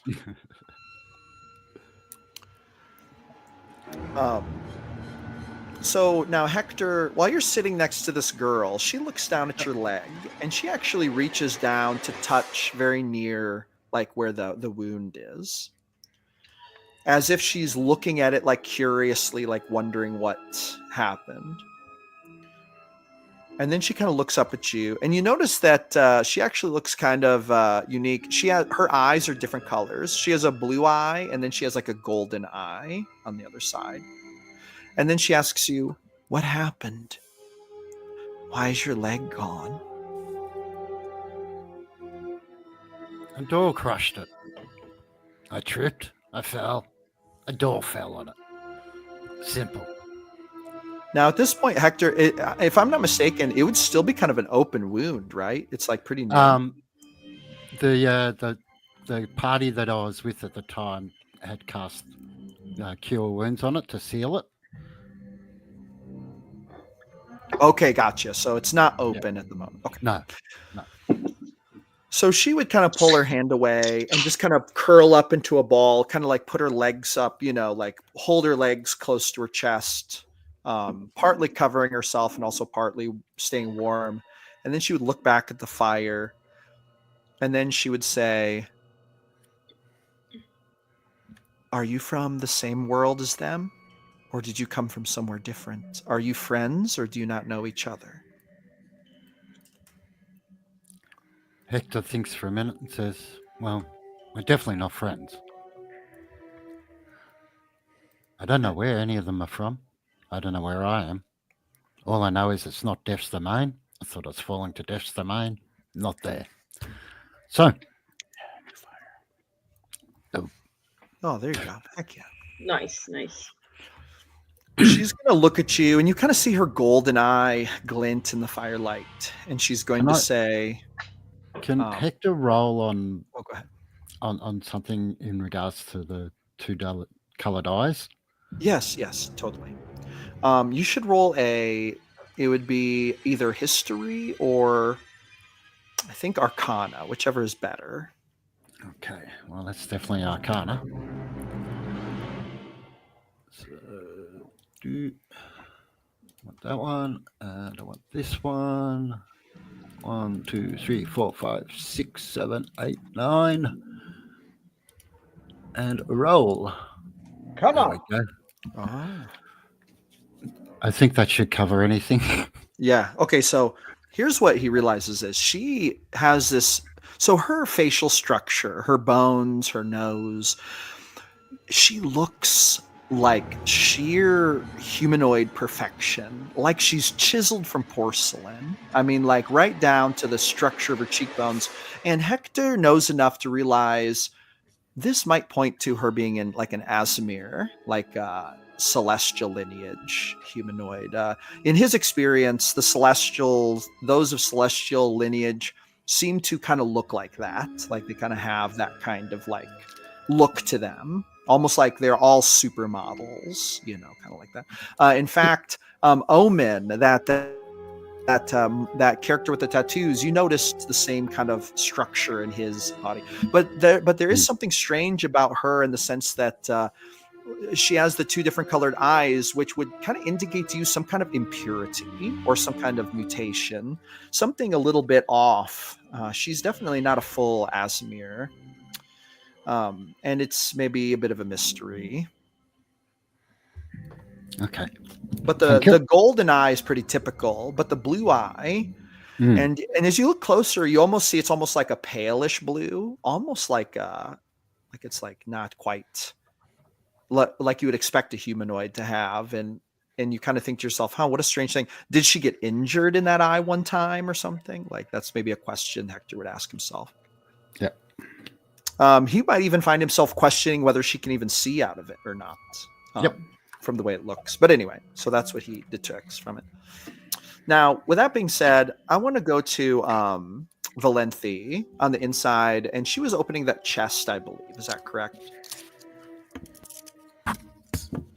Yeah, she was opening it. Okay. So here's what she would find. So when she opens it, she actually finds quite a large, kind of like a variety of objects. And I'm going to share them. I'm actually going to put them in the... let me make sure this is the right list here.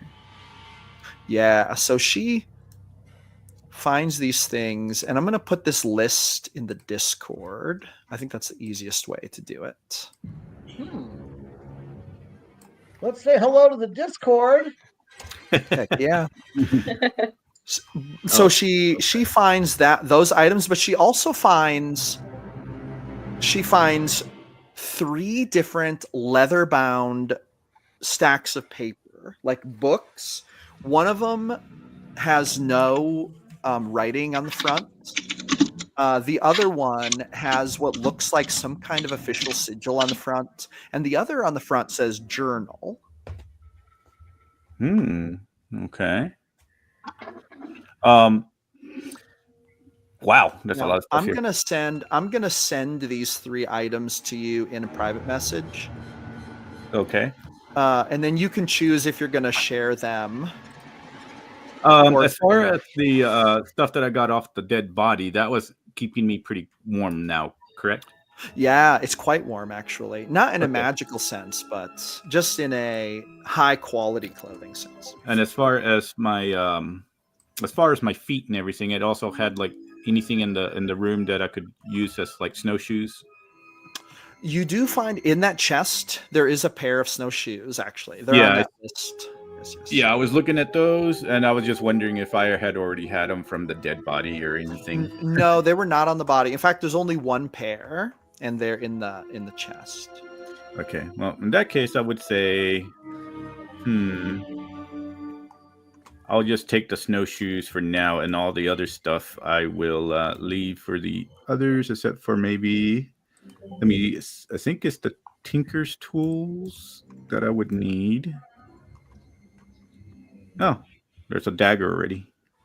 All right, well then, let's see, but there is So no... Valenti would rest eyes on the dagger, and then she would realize, looking around the room, there's no sign of any other weapon. And she does not know these people she's with. Yeah, that's I was gonna take the dagger and just pretty much just keep it under my robes for now while I still work on the other weapon stuff that I'm making out of rocks. So with the Tinker's tools, I think that would help me to make it better to where I can make weapons. So I'm gonna take the Tinker's tools, I'm gonna hide the dagger, and then I'm going to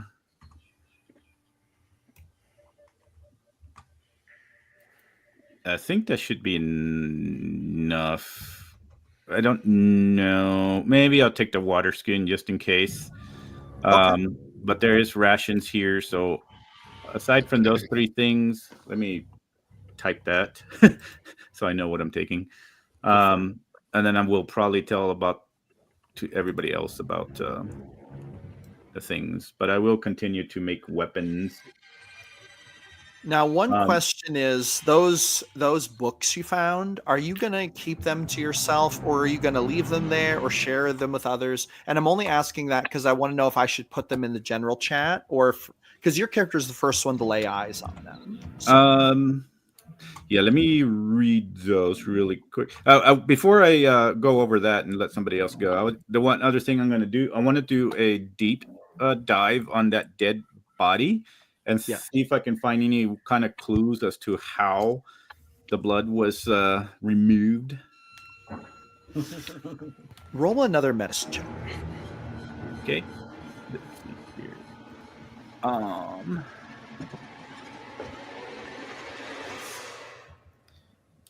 My medicine would be one of the lower ones. Okay, so let's try that again. Let's see what we roll. 16 again. Nice. So you look, and once the clothes are removed from it, it becomes pretty plain. On the neck and on each of the wrists and on both legs, where kind of the primary arteries would be found, there are deep humanoid bite marks. Nice. It is as if something bit right into the flesh and sucked the blood from it. Would I know enough about certain creatures to know that they can't be invited in? I don't know how I could ask that question. You can make a history check. Okay. Without metagaming here. Yes, no, totally. Anyone who knows anything would know that that's an obvious idea. But the question is, how much Oh, does God. So Valenthi would think the word vampire would pop into her mind, but unfortunately, her knowledge does not tell her conclusively whether this points to that or not. I'm going to walk over while this person is sleeping and try to gently press my fingers against any of the main arteries so I can try to feel a heartbeat. Omen, you should roll a perception check. And I would assume Omen has a heartbeat. Does he have a heartbeat? Absolutely. Okay. I assume so, but I didn't want to. No, that's fine. Yes. Well, that's like a 5. So actually, I am sleeping. You do not wake up, and yes, Valenthi, you feel a strong heartbeat from this. And you can see me breathing deeply. Yes, he seems to be his chest rising and falling. I will, before I share any of the equipment, not knowing who the other strangers are, at least this person in my mind puts me at rest. And it was nighttime, so I'm gonna just step out here for a little bit. Okay. And I'm going to the people that I see, I guess, would be the ones in front by the fire. I'm going to really look at them and see if I could guess at any of them being this vampire thing. See if Very I can good. even like try to trigger any memory. While you're stepping out there, we're gonna go ahead and go around. Let's go to Faylene. Faylene, Go ahead and read basically we're gonna rewind time just a little bit. Valenthi's in the cabin, so is Omen. What is Faylene gonna do? So yeah, completely unaware of what's going on with the cabin and not really having looked at it herself. She sees these tracks, and Faylene is still very much just trying to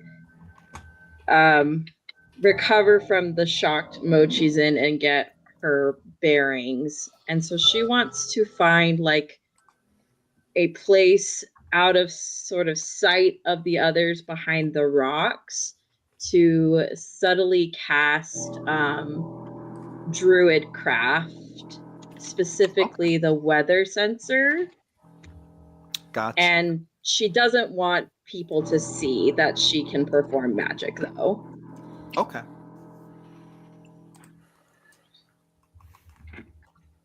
So you create a tiny, harmless sensory effect that predicts what the weather will be at your location for the next 24 hours. The effect might manifest as a golden orb for clear skies, a cloud for rain, falling snowflakes for snow. So when you create it, very quickly, there's a spurt of snowflakes, and they just kind of burst forth from your hand with a vigor that you've only seen before blizzards.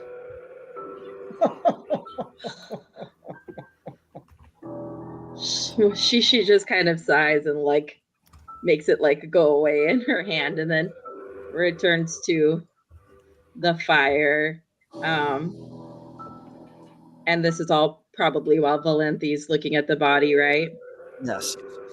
Yeah. So she has not emerged yet. Yeah, she'll keep that information to herself for now. Okay. Soul, how about you? What are you doing? You're kind of over here. You see this this dude rifling through the very limited firewood, and you see him kind of sighing, like he's not finding what he's looking for, kind of rifling through the pieces. He kind of keeps rubbing his hands together like he's freezing. What are you gonna do? I'll look at him and say, if you are cold, friend, go and sit by the fire, or help me bring this over to there. We're going to need to take shelter for the night. We'll need as much firewood as we can, and we're going to have to start scouring these lands for any kind of equipment, any kind of fuel sources that we have, if we are to survive any amount of time out here. He's gonna turn and he's gonna look at you. He's gonna kind of turn and he's gonna stand up, and you realize just how big and just like massive he is. And Soul is probably as tall as him, but this dude is just wide like a boulder. Yeah. And but you see on his face this look of what looks like discouragement, and he would say, "I am frustrated. Listen, you have to be honest with me. There's something strange going on here. I do not know who any of you are. I was in the training compound. I was literally there. I'm preparing for a match in 12 days. If I do not show up, my career will be in jeopardy. Friend," he kind of reaches out in what looks like a gesture of peace, with both hands. And he says, "Friend, please set my soul at peace and tell me the truth. Are you here to train me? Is this some kind of punishment? Is my coach putting me through something?" I wish that I could put your mind at ease in that regard, and I kind of look over towards everyone who, we all clearly seem to be in the same situation.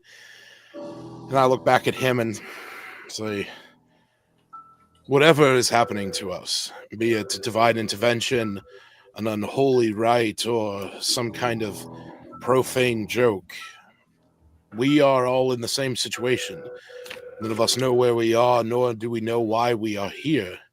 And I'll put my hand on his shoulder and say, but there is no time to be discouraged, my friend.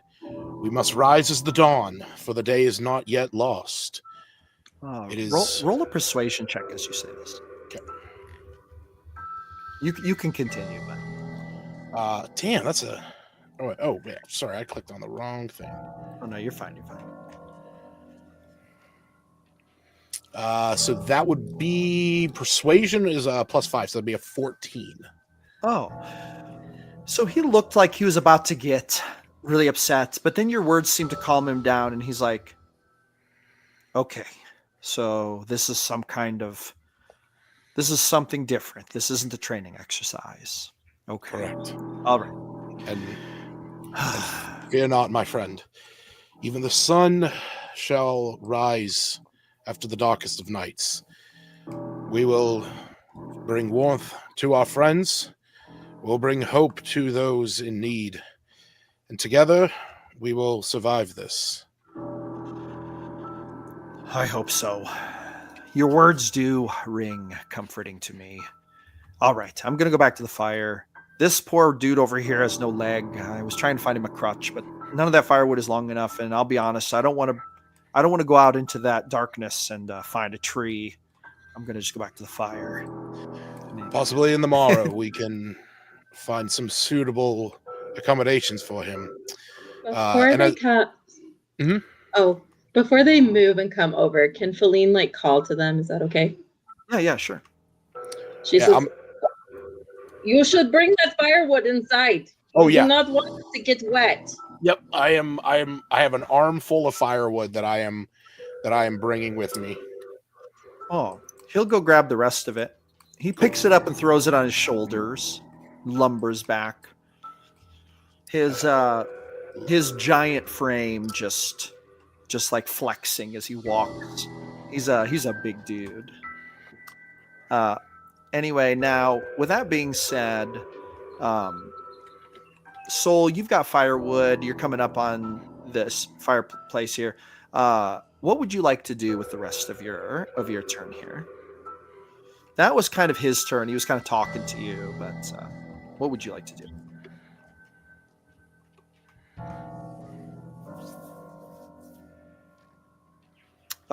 For you, Calf. I'm sorry. My apologies. What did you say? I said, what would you like to do to finish up your turn? That some of that was his turn, basically talking to you. So. Yeah. With that, I'm gonna look at the rest of the group as I'm walking by. I have the armful of lumber, and I'll say, I will take this inside. Manage your warmth accordingly. We must not run out of fuel, as he looks around and says, as I don't believe we are going to be finding very many ample sources of it while we are out here, but The heat inside should radiate. So once you are ready, come inside, put out the fire, and bring what is left of those embers. We can use them as char. And I'll head into the building. This girl follows you in there. And that Valenti, as you're coming out, they're basically going inside. So you kind of pass by them. Now, Hector, as this is going on, what would you like to do? So they're. Oh, I was gonna say they're. So they're coming in as I was walking out. Yes. But before we go to that, I wanna see if Hector wants to do anything real quick. Because Hector has been sitting there, not really. You've kind of been watching what's been going on, but Yep. so we're gonna again rewind time, kind of before Valenti's coming out of the cabin. Yeah, Hector won't really care or notice about what everyone else is doing. It's just not him. So he's just sitting there trying to work out some way of making a crutch from nothing. When the big fellow sits down, he would say, I apologize. I couldn't find anything long enough to be a crutch. This place is a barren wasteland. We would have to tear something from the cabin or find a tree somewhere, but I do not want to go out in this cold, in the dark. And he says, well, take me over to that crate. How big's that crate? The crate is about 4 foot tall, but he's gonna come over and pick you up. Like literally lift you up and like carry you, kind of like he actually lifts you up onto his shoulder and then he carries you over there. And then sets you down by the crate. Yep. You see that there are what look like a bunch of scientific instruments in the crate. And I read the descriptions to Kelf, but if you would like me to refresh and give them Oh, to no. you. But Okay. I'll come back to those in a minute. Okay. But first, he's going to start a little chant. And he's just sort of saying, shadows sharp, shadows sharp, shadows sharp. And the fingers from his fingers extend 10-foot sharp, inky shadows that can do cold damage. And he will slice down the edges of the crate on the corners to get the corner piece of wood out. Okay. So there's that big, strong 4-foot piece of wood that usually is in the middle of a crate, inside a crate, to hold it in the shape. He's gonna cut it out. Yes. So as he's doing that, this guy gasps and steps back. He's like, "What? You're a wizard?" No, I'm just smarter than you, obviously. Feline, you're, I think, the only other one outside at this point. You would hear this, these words, and he's like, "Well," he's like, "Obviously, I can't do magic, but that looks like wizard stuff to me. If you're not a wizard, then..." He kind of shrugs his shoulders, looking a little bit spooked, actually. And he'll completely ignore the big fella's reactions and that, and just start carving the like an underarm section for his to go in on the bit of wood there. Once he sees what you're doing and he sees the kind of the methodology, he would kind of come back over here and kind of help. He would like hold on to it while you're cutting and such. But he keeps looking at you, kind of like nervous, like a little afraid, maybe a little bit of fear. Yeah. And once that's satisfactorily done, just enough so Hector can put his own weight on it. All right, very good. It'll take a couple minutes to cut it loose and make it work. Yep. So we're gonna go back to Valenti. I was going to say he would investigate those instruments once it's done. Oh, okay. Very good. Very good. So we're going to open it back up. Valenthi, Sol, Faylene, and Omen is still trying to sleep, I'm assuming. But the rest of you, you're now in there. It is warm in there. So what Well, would I was what would gonna, as they were coming in and I was coming out, just because I'm kind of curious, I was gonna put my hand where my dagger is as they were making a movement toward the door, uh-huh. and I would be just kind of standing at the door to see if they're able to just make it in, and I'm like more of a defensive posture Oh, as they're gotcha. walking Okay, in. so Sol comes in without incident, and so does this girl, kind of following him. I keep my eyes on them with my dagger at the ready, but Roll a quick perception check just to see if you notice anything strange. okay. Let's see. Sol, are you acting at all suspicious or strange as you walk into this cabin? No, I have, like I said, I have an armful of firewood, and I am, I'm heading in. And if when I see Valentha, I will look at her. Is man or woman? Female. I'll look at her and say, we are going to be bringing in some of the firewood that was outside. It's better if we take shelter tonight, keep warm inside. You do see at this point that Valenthi has what seems to be a full suit of like winter clothing on. And I'll kind of like raise a curious look and say, I see you were able to find some gear for yourself. He says, yes, I found some more gear on the corner. Tell me. She will look at the silver-haired girl, try to study her. She rolls a 15 perception. Yeah, she sees that the silver-haired girl looks in, kind of looks around, looks down at Omen sleeping, and then looks over at the corpse, and then her eyes kind of go wide a little bit, and then she looks up at you, and then she's like, "What happened?" Valenci will close the door to the cabin a little bit. Well, no, she'll close it completely, and then she'll ask the girl, "Where are you from?" She would kind of hesitate for a moment, and then she would say, "Where are you from?" I'm from Elandria. And then From the world, Solar. she's gonna say, "Is that from this world?" I don't believe I'm from this world. We only have 2 moons. This one has one more. She's gonna say, "I'm from Narskal. I am also not from this world, just like you. This is a strange place to me." And she'll look over at Sol and ask him, it's like, what do you know of blood draining? I'm unaware of. I'm unsure of the practice, the necessity of it. I'm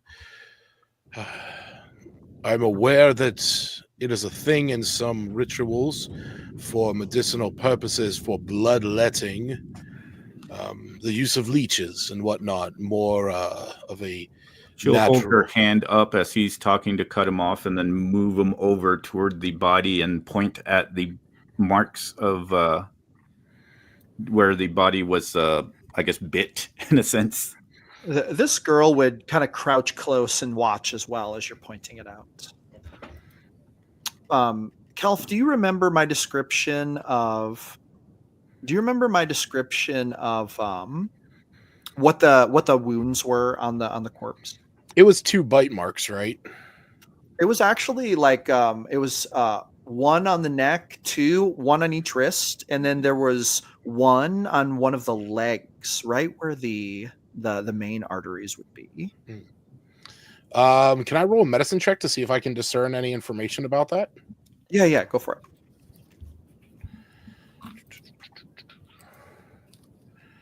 That's going to be an 11 total. So as you look at it, it definitely looks like the body was exsanguinated very soon after death. Upon closer inspection, you also see that it has not been very long. It's been maybe 2 days, but the body was frozen, which isn't surprising out here. But it has not been that long, from what you can tell. You also the word vampire pops into your mind as an obvious choice, but Yeah. there is not enough information to make a definitive call based on the roll. I'll look at Valente and say, I wish not to say that it is, in fact, vampiric in nature, but it is hard not to question whether this is the case or not. That would explain how, though that large crate outside was able to get here, some vampires are known to wield incredible strength. I don't believe it was delivered here by vampires. And she points over to the chest and says, however, there is equipment if you need it. And she looks over at the girl. If there is anything in there that we are going to need to get some clothing on us all, whatever we can spare, it is a necessity. Call the others in. We will ration this out as best we can. And with that, Soul's going to look into the crate and see what we have available to parse out. Now, one question, William, is Valente did she leave the books in there, and would he see those, or would she have those? She does have the books by her, and Okay. she's studying everybody first. She pretty much is kind of comfortable that they're not vampires. She's not so sure about the other one. Maybe the one with the missing leg. She would have just barely noticed, maybe. But yeah, she's gonna wait to see, and she's gonna go back over here while if he's gonna call him in and just be defensive. Gotcha. Okay. Not So really. is everybody, when they call people in, is everybody going to go in? Before Feline goes in, I mean, she's watching and making a note of this interaction between Hector and the other individual, but doesn't comment on it. She would, however, knowing that a blizzard is imminent, like to kind of assess the structure of the cabin to see if it would be able to sustain through a storm of that kind of magnitude. Are you proficient with carpenter's tools? I am. Then you should roll an intelligence check with proficiency. Nice. Okay.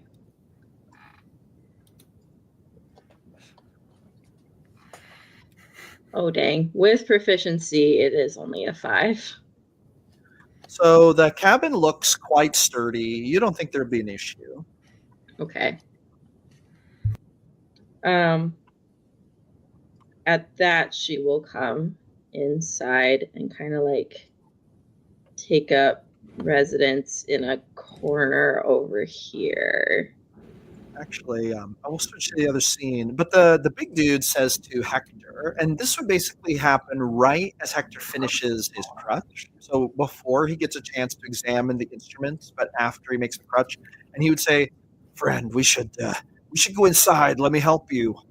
I do not wish to stand out here in the cold." He kind of his feet are going up and down to try to keep him off the snow, and he's like, "Let me help you inside." Hector tests the crutch and steadies himself, and it says, "No, I'm good, mate. You can go inside. I just want to see what these things are." You sure? Okay, all right. He goes ahead, leaving Hector by himself out there. All right, now Hector, were you gonna look at the instruments? Yep.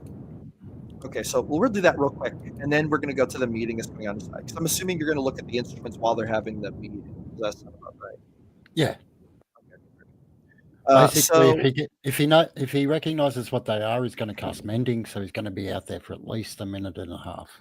gotcha. Okay. So does he have is he proficient in Arcana? Yes, he is. Okay, so you should make me an Arcana check. Yep. That's even better than what I was going to do. There we are, 19. Oh, okay. on that So side. this is Wow. actually that's actually a really good roll. I'm gonna send you this document that has an explanation of what all this stuff is. You would know all of this stuff because of that high Arcana check. So there's no need for me to kind of like try to mitigate it. I'm gonna send this to you in a private. I'm gonna send it DM to you. If I can find you in the chat. There you are. All right, here we go. Oops. I'm going to go to Discord private chat. All right. Now you should read that, and that'll tell you all the stuff you find in that chest. All right. Now, with that being said, let's go inside to the meeting. And I'm going to switch the scene, but I got to double check. All right. Now, switch this. Oh, not correct. Got to do this. This is the right thing. Okay. Can you all move your things? Okay. So Hector is still outside, but the rest of you are inside. All right. Now, there was I dropped into the main chat the list of things that were in the chest. And so you can all look at that PDF, but feel free to have your meeting. Go ahead. Vilancy will first start by moving the books and says, I believe some sort of experiment was happening here. I think maybe I do not understand science. I'm more of a nature elf. And she sets the books in the middle. Oh, okay. And to the point where anyone could pick them up, basically? Yeah, anybody can pick them up. Okay, I'm going to go ahead and put those in the... I'm going to go ahead and drop these into the main chat then, so you can all look at them.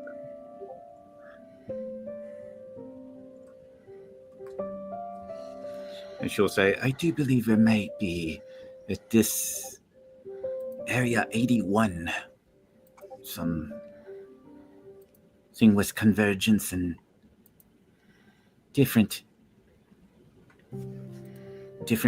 realities maybe. But there are creatures around here. And this person, I do believe, was the one that this journal belongs to. It seems that he had some problem with the animals. I think he was attacked. But she'll explain about she'll move over and she'll start pointing over at the bite marks on the wrist and neck. He was also drained of blood. Now, does anyone else want to make a medicine check on this body?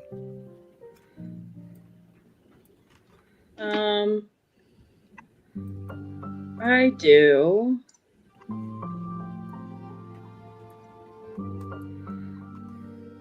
You should make a medicine check. It's a 6, so it's not very good. Oh, nope. It all seems exactly as presented.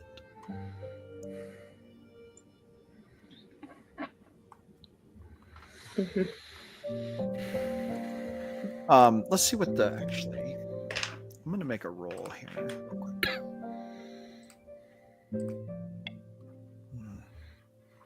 The big guy is gonna kind of look over at the body, and he's gonna kind of. You notice he squats down, kind of like he seems to be very comfortable in a deep squat, and he's gonna point to one of the legs and say, "It seems that the leg was broken, or at least mangled build up quite good. It's hard to see because of the exsanguination, but I don't know. It just looks to me like there's quite a bit of damage to one of those legs.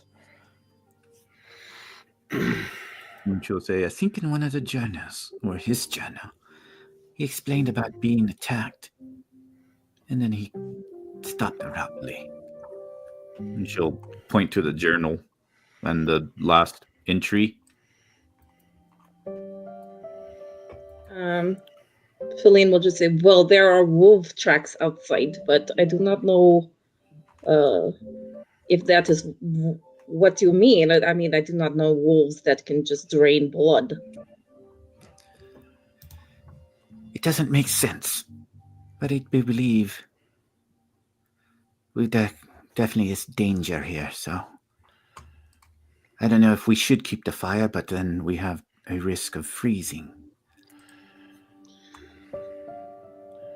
There is definitely a storm coming, a big blizzard. Even though it might attract attention, it is best for us to maintain our warmth and sanity. I agree. At least to think properly. I do not know much about things except for the lore of vampires in my world, which we don't believe they exist, at least not for thousands of years. I've only read pieces here and there or heard lore when children were told stories.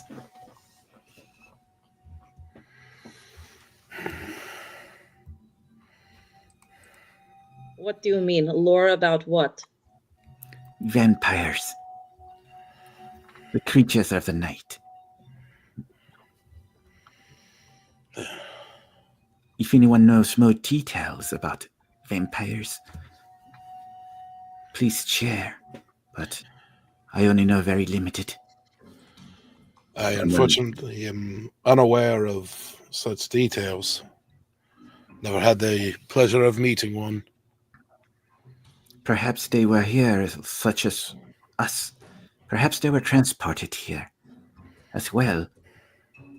Maybe this person here who was doing this experiment brought something else from another world. And now we're here with them, whatever they may be. It didn't seem that these wolves, dire wolves, were aggressive. And I think there was a cat. They were more curious at first.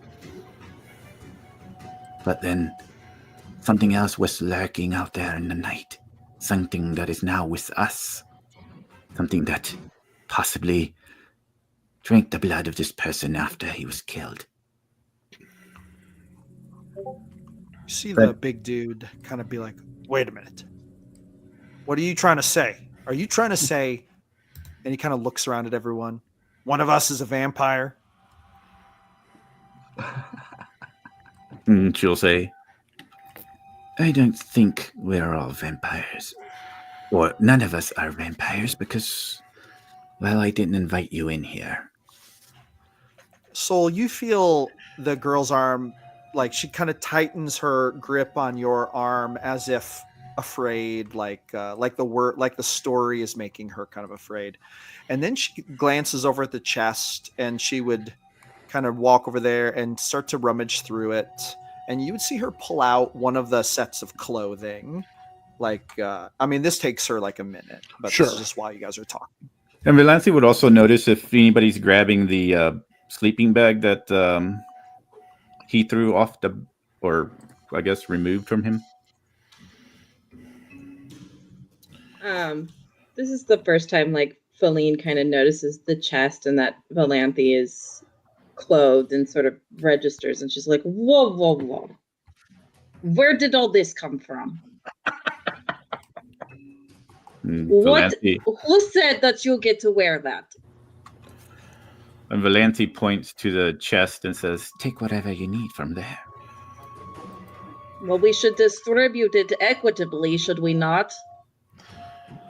The big guy kind of nods and says, I would agree with that.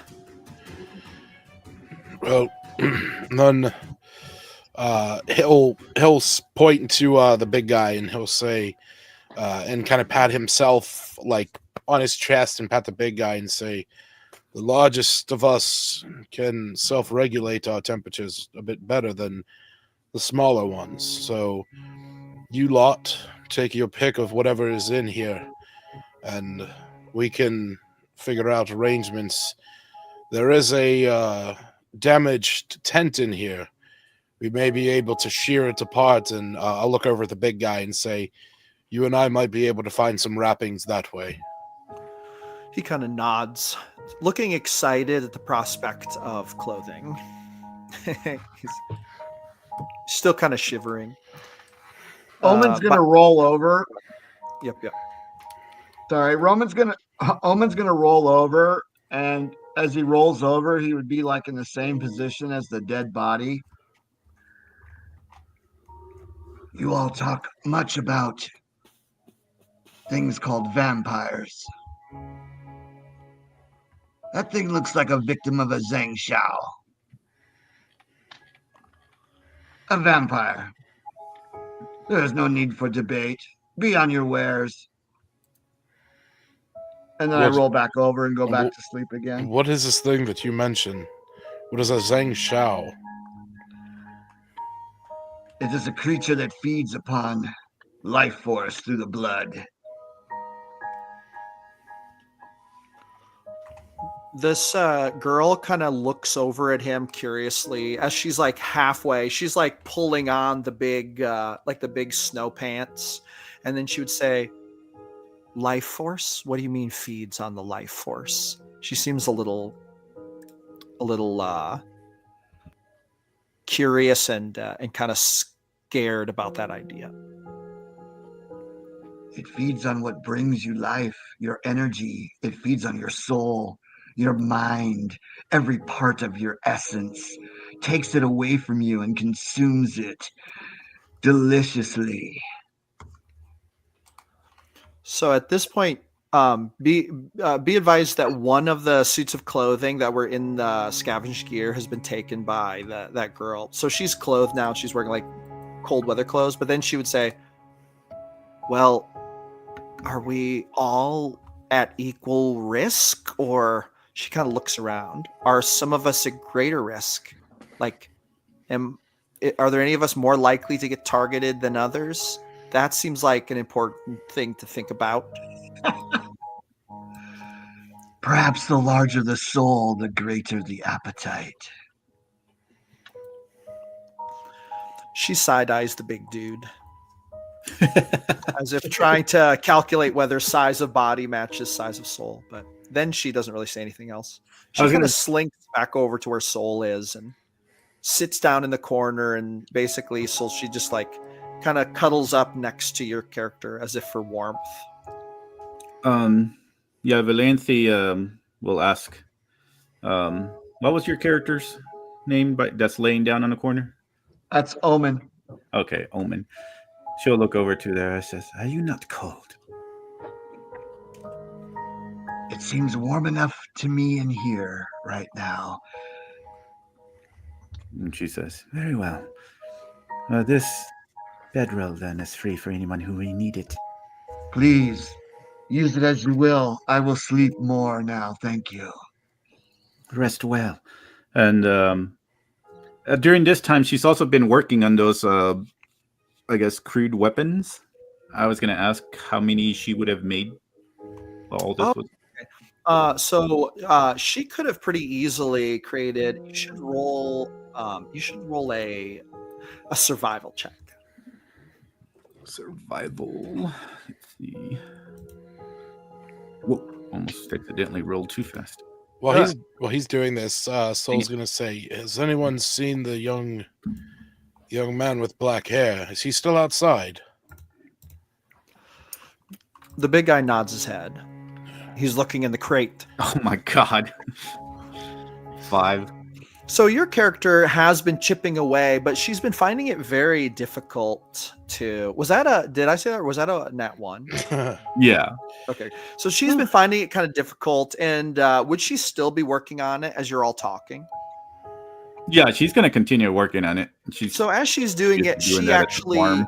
she like hasn't made one yet, but then she kind of does a big chip, and then she cuts her finger. And she cuts her finger bad enough that she takes 1 point of damage. Well, she'll just put it to her finger and this cold is not making me think very well. And says, "Who else knows how to make weapons out of rock? I was intending to make weapons for you, but it seems that this cold has numbed my intelligence for the meantime." I'm unfamiliar with such smithing techniques, but I'm going to check on that young boy out there. Feline very pointedly says, "Before we make weapons, friend, perhaps we should focus on the rest of us getting clothing. I know some of us have already taken, but there are Valenci many will take off her individuals here. jacket and throw it over to her. I do not want your jacket. I simply think we should talk about it first." Feline, roll an insight check real quick. And actually, Ooh, 20. everyone else in the room should roll an insight too, but at disadvantage. What was yours, Feline? Insight at disadvantage.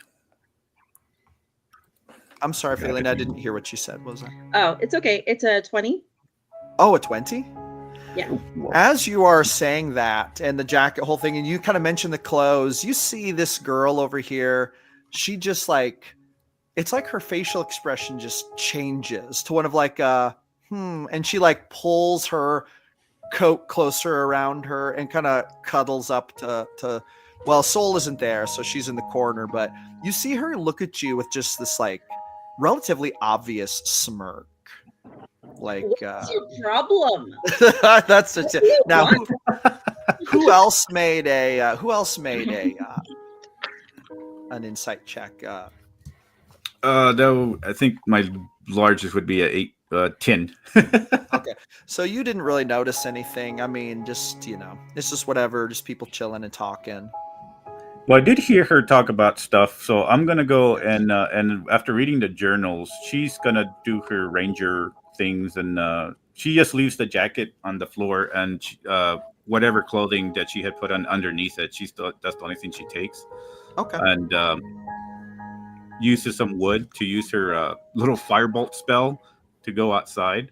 Okay. And she's gonna try to at least search a little bit around the radius a little bit more with her ranger, I guess, abilities to see what's happening outside, if there are tracks or anything that she might be able to pick up because of the snow. She kind of understands the snow a little bit. Very good, very good. I'll bring this back here. No, she finds another cabin. Excellent. I put this cabin over here, but I don't know how to get rid of it. It's all Can't good. get rid of it. It's just like there. Just ignore the cabin, please. I don't know how to get rid of it. Ignore it. Yeah. Pay no attention to the man behind them. Yeah. Pay no attention to the cabin in the corner. Yeah, things are teleporting from everywhere. You should roll a survival check. Alrighty, survival. Dunk. 1, 2, 3, 4. All right. My rolls are just hating me tonight. 13. 13? Okay. I'm going to see if I can do it this way. Will this fix? Whoa. And then shabam. Nice. Nice transition, GMP. We're working on it. We're getting somewhere. The curve is starting to level. Yeah. Okay, now what was your survival check? 13. So you're looking around and you notice two things very quickly. First of all, you do find tracks. And you actually find, not only do you find the ones that Feline was talking about, but you find another set too that are much bigger. probably from a much bigger dire wolf. And you also notice that this area is incredibly sparse. There's a little bit of this like brown vegetation that grows around the rocks, but it's like really like woody, and there's really nothing green about it, and you're not even sure if it's useful. Your character is unfamiliar at this point with what kind of plants they are, and they're very sparse, but it just seems super cold and dead, and there's really nothing of substance you're finding other than snow, rock, and ice.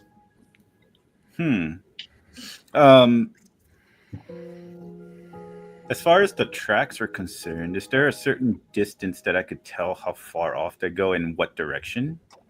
It does seem like they headed north after passing by here, like kind of northeast. As for how far they might have gotten, not that far, because those tracks are relatively fresh. The ones that Faylene mentioned earlier, you kind of notice that they're filling in with snow a bit as the wind blows, but those bigger tracks you find look brand new, like literally just like maybe minutes ago. With that being said, Hector, you should roll a perception check real quick, because it's possible that you heard something while you were out there. I forgot that you were out there. Yeah, Soul, you might have heard something. Soul went outside to put the fire out and bring that firewood inside. What have I Gotcha. got? Okay. Perception. Soul would have been a little bit after this. 2, 3, 4. Hector would have been the only one outside. Sure. And 19 in total. So, Hector, as you were examining the contents of the crate while everyone was inside, you did in fact hear what sounded like a bit of a growl come from the darkness to the north of the camp. And you also heard what sounded like a bit of snow crunching, but the wind was also blowing, and it was kind of like a little hard to hear, but you would have heard some noise come from the north of the camp a bit, maybe 50-ish feet out, not very far. Yep. So he absolutely ignores the noise. He's completely focused on the box of instruments and setting each one up and starting to take readings. Oh, okay.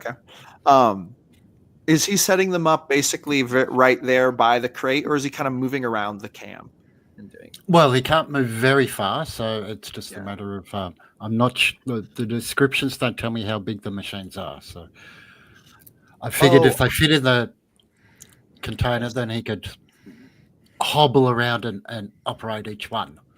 That's a good actually observation. The tube is small. It's about the size of a flashlight. The aeomic thermometer, the arcanothermometer, about the same size, but it was shattered. The flux rods it's are fixed about. Now.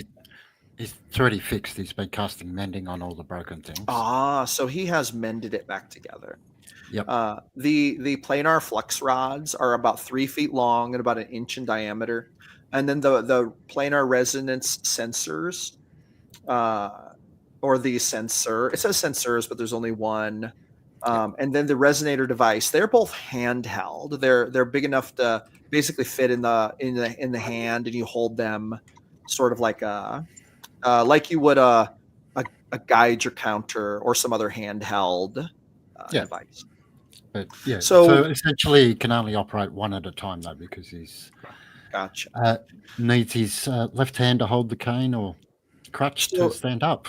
Valenti, as you walk outside, you actually see that Hector is holding a device that looks like a compact device with multiple rotating discs and interlocking gears.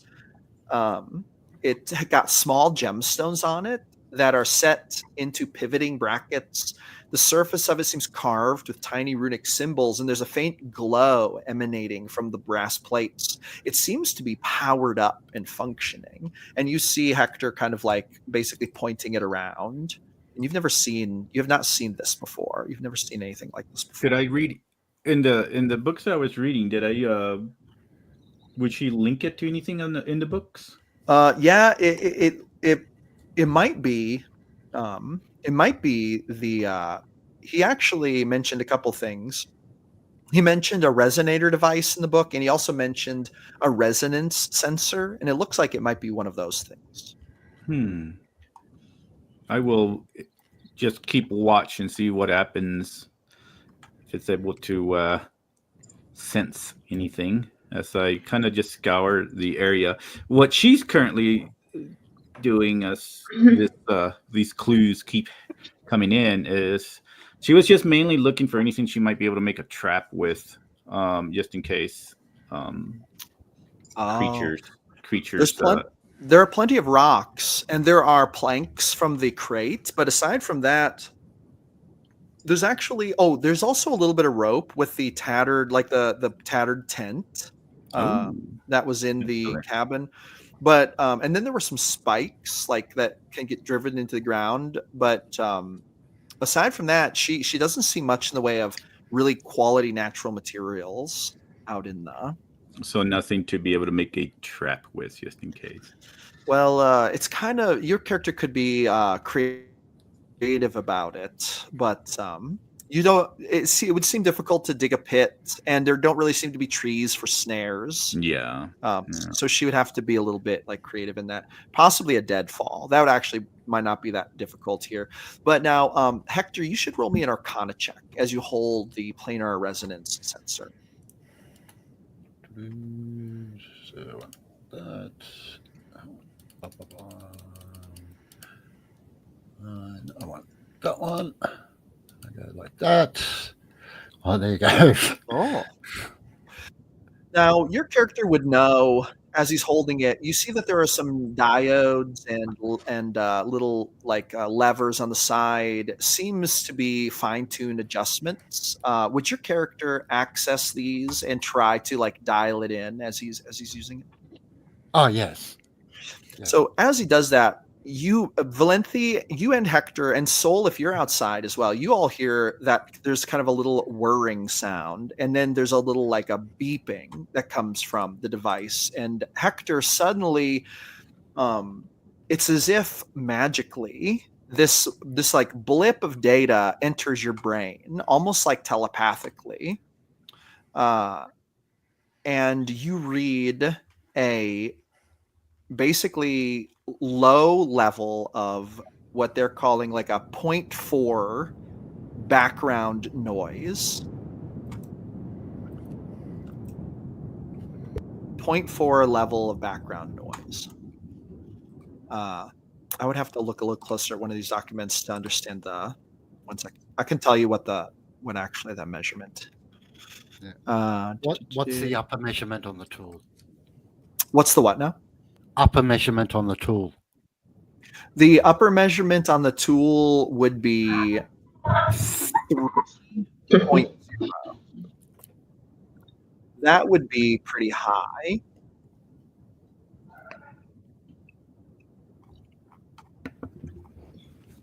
Microlumens. You're measuring microlumens.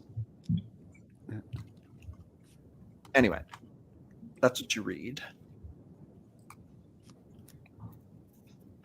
But we don't. You didn't have the actual number for the top of the range there.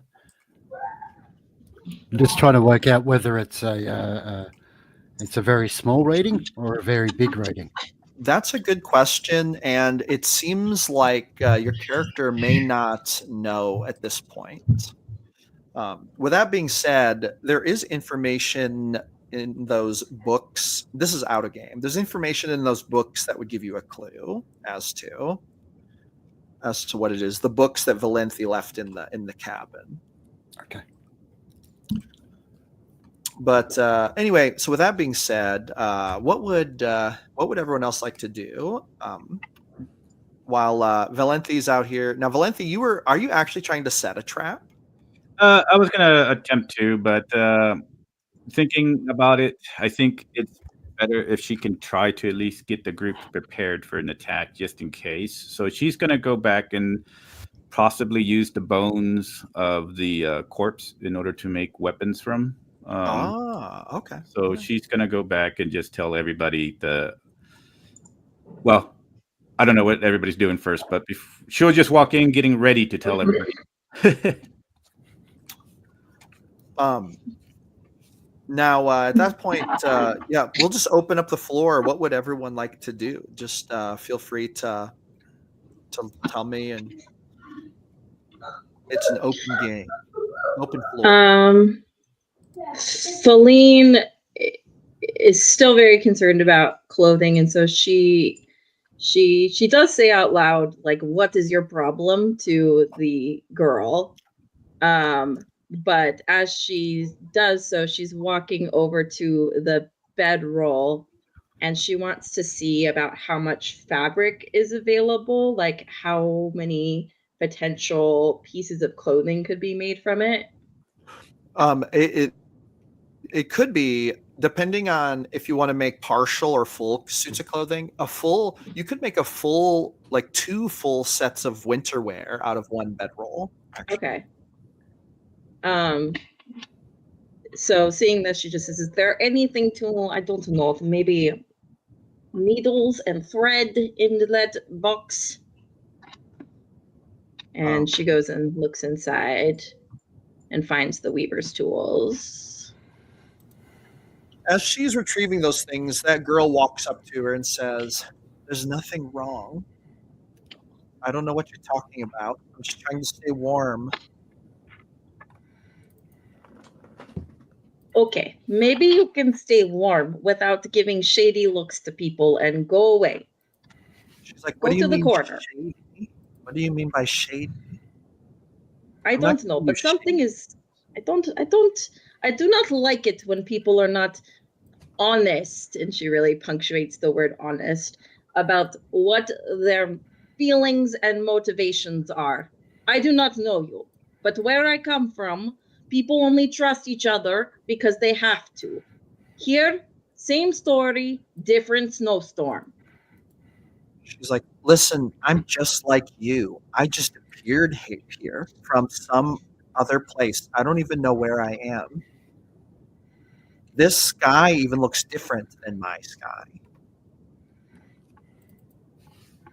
I do not even know what that means. And Feline just kind of, she's trying not to get emotional, and she puts her hands to her head and she's like, "Fine. I just want to get warm myself. So you can have the clothes. It is fine. I will make more." And she picks up the bedroll and she's like, "As long as no one objects." She's like, "Why would I object?" And then she like walks. No. In fact, if you have the capability of weaving these into different arrangements, it is going to be best that we make accommodations for everyone. I believe the young man outside is quite content, as he does not seem to be dealing with the temperature in an adverse way, but we are all going to need some kind of cover in order for us to survive. Hector, Agreed. you should make a Constitution save. Actually, you've been outside for quite a long time without clothes on, and you're not even near the fire now. Isn't this fire going still? No, it is going, but I put that one out. Oh, it's out. Dude, you're a bit selfish, aren't you? We are saving wood for the internal fire. A con save, yeah?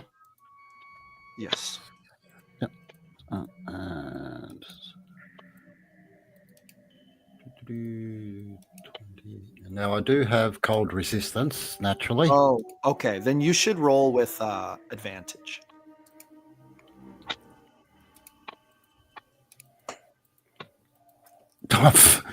Wow. 5 and 4. Use that as a percentage check. When you add your bonuses, what do they add up to? No, that's on there. So the biggest roll I got was 8. Okay. With the modifiers. Okay, gotcha. Yep. So, being in the cold like this, your character takes on 1 level of exhaustion. You now have disadvantage on ability checks. Okay. until you like warm back up, basically. Yep. Now, as this is happening and you're noticing, man, it's cold out here, roll me a quick perception check, actually. Soul, are you still in the doorway like that? Yeah, I had gone out to check on Hector, make sure that he was still okay. Once you should also roll a perception check then when you go yeah, out. okay. Yeah, because once I make sure that he's all right and that he's not out here like a little popsicle, that's a nat 1, so I don't see shit. So you go to walk outside, the door hits you in the face by accident. Your nose, it really hurts your nose. As soon as it happens, he gets hit and just darkness, take it. Oh, this cursed door. He looks back in and says, all right, I think the young man is all right. I will go about starting to divvy up these bits of equipment. Hector, what was your perception check? 6. Okay. Everyone in the cabin should roll a perception check with disadvantage. Except for Omen. If Omen is asleep, Omen shouldn't roll. I will not. Okay. Thank you. Okay, +3 to this. With disadvantage, that's a 14. Wow, look at William. Okay. No, that's not, what the heck? What did you I get? was trying to, I don't know where you rolled disadvantage. Anyway, it would be the lowest. It would be 17, 18, 19. Oh, okay. Yeah. When you pull down the dice tray, if you scroll down a bit further, there's a plus minus, Yep. so you can add your bonus straight on there. And you can also choose advantage or disadvantage. Disadvantage. Oh, I see. Okay, I went down. Very to nice. that. Yeah. Nice. Yep. I got an 11. Ain't great. Yeah. So Okay, 19 for so- mine with the disadvantage. So Hector, your character is there, you're taking readings, you're looking at the reading thing, and then suddenly I gotta change the music here real quick. Music? I'm not hearing any music. Are you not hearing it? Yeah.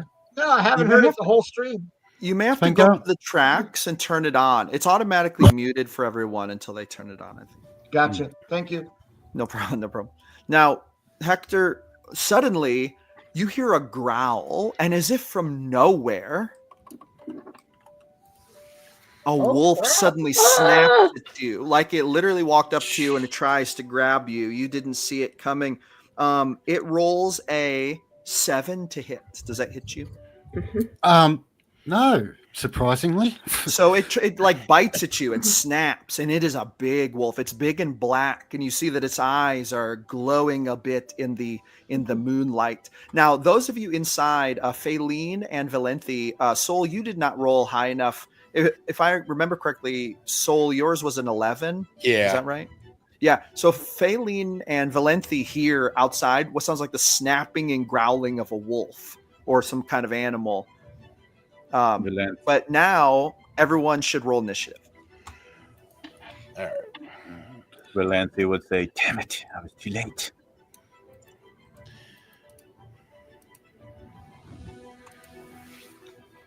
Now, I would still have disadvantage on that, wouldn't I? An ability check? No, not on this one. This isn't an ability check. It's an initiative check. Stacy's in the chat like the one-legged man is outside, no fire, and now wolf. Isn't that how Yep. it always be? So now you guys should be able to add yourself to initiative by clicking add to initiative and then writing down what your number is. I think you should be able to do that. Yeah.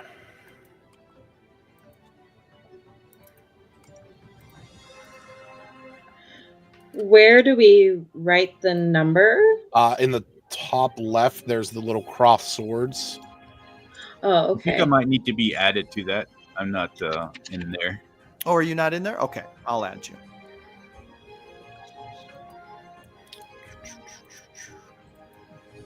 I'm gonna continue sleeping, so you don't have to add me. You're okay. Okay, so is no one waking up? Well, I guess they could try to wake you up. They could. Shit, I rolled and now I forget what I rolled. Oh, you can re-roll if you can't remember. Now I feel bad because I rolled a nat 20. Oh, look at that!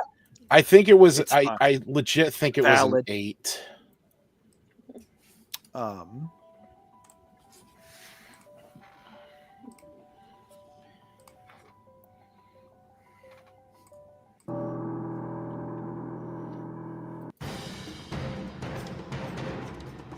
Okay, so you guys hear this wolf snapping outside.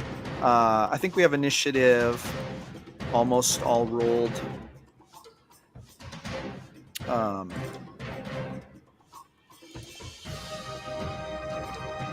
Okay, Valenthy, you are first. What are you going to do when you hear this going on out there? Let me see here.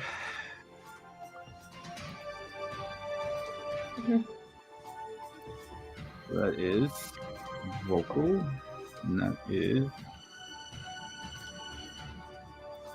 vocal as well. I suppose I will first do a bonus Zephyr Strike on myself. As the magic infuses you, you feel more potent, stronger. And we'll rush past everybody over here, scream at this guy, "Wake up!" and then run to about right here, just because I don't want to get too far and be close to use the cabin. You see that this is definitely a dire wolf. Very large, black fur, eyes glowing white in the snow. All right, and then I will lay. Let's see here.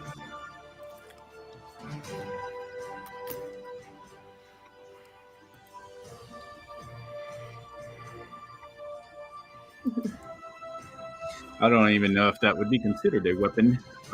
Would Dreadful Strike even fall under there? Dreadful Strike? For a firebolt? Either way, I'm going to shoot a firebolt at him.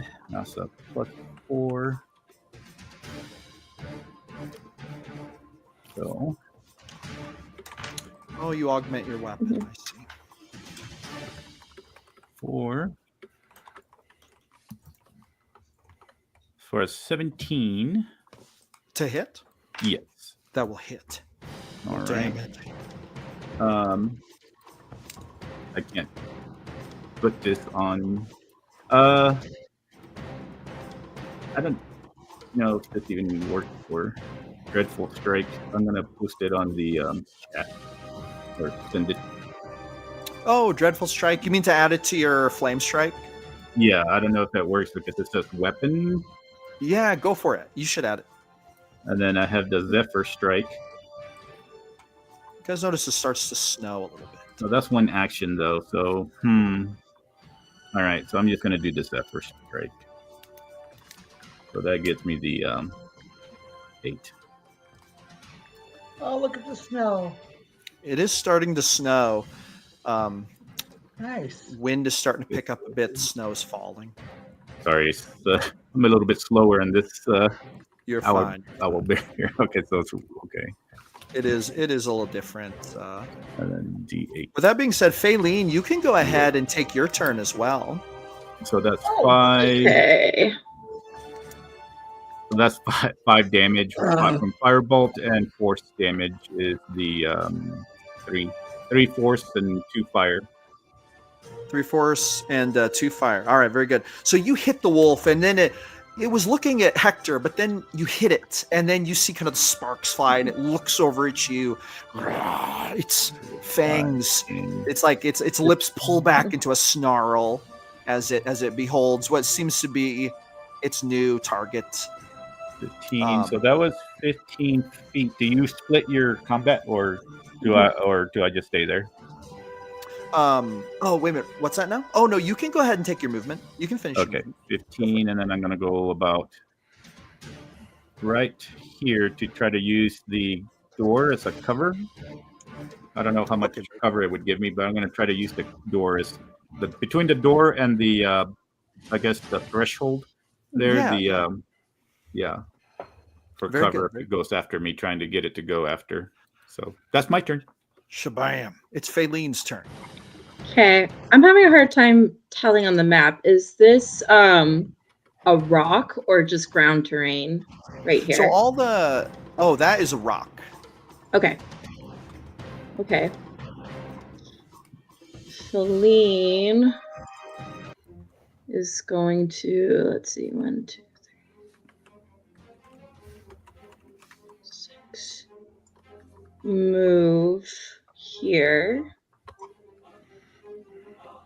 And she is going to try to make herself just look as large as she possibly can and start yelling at the wolf, just like, hey, get out of here, go!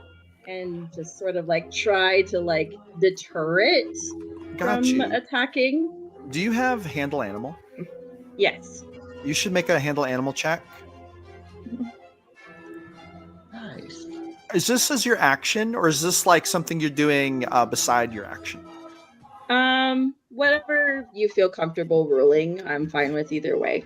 It would be more likely to have an effect if you make it your action. That's the only difference. Okay, I'll make it my action then, although I didn't roll very well. I only rolled a 10. Okay. Is that after your bonuses and stuff? That is after my bonuses, unfortunately. So you start to shout, and I assume you're shouting toward the black wolf here. Yes. So you're shouting, and you see this wolf kind of snarling. He seems to be looking at you. You definitely got his attention, but you also see that creeping around the corner here is a white wolf, another dire wolf, a little smaller. But you see that you're really getting its attention. It's like starting to stalk you. Okay. Very, very large. If I have wolf. any bonus actions. Anyway, so you should go ahead and continue your turn. Whatever else you're going to do. Yeah, no, I don't have anything else right now. So that'll be my turn. It will be Hector's turn next. Hector, this wolf is right in your face, but it's looking at Faylene. Yep.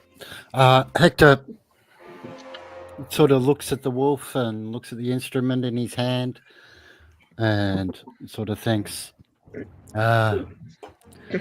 this is so bothersome. And he goes, little wolfie, go home. Let death guide your way.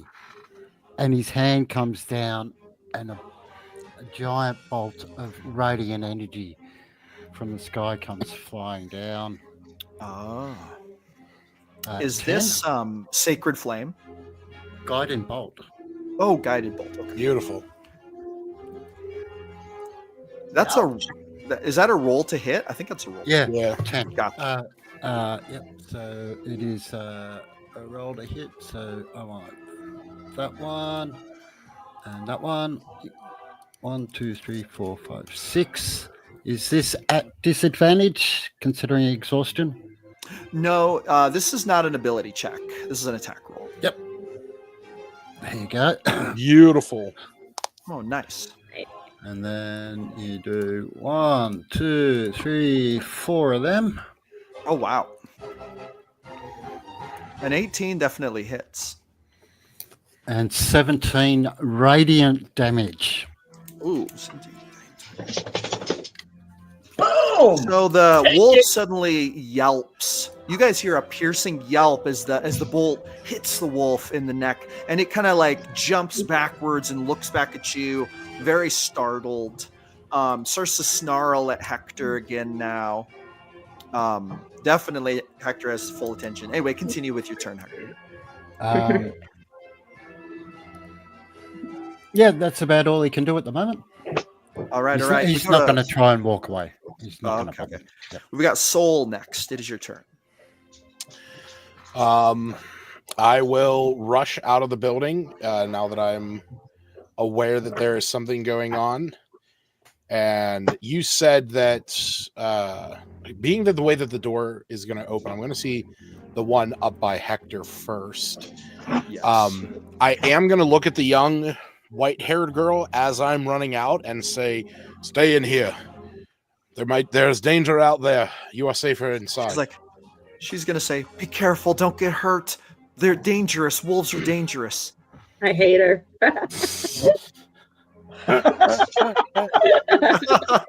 And I'll look at her. I'll look at her as I'm about to press through the door. I'll say, "Fear not.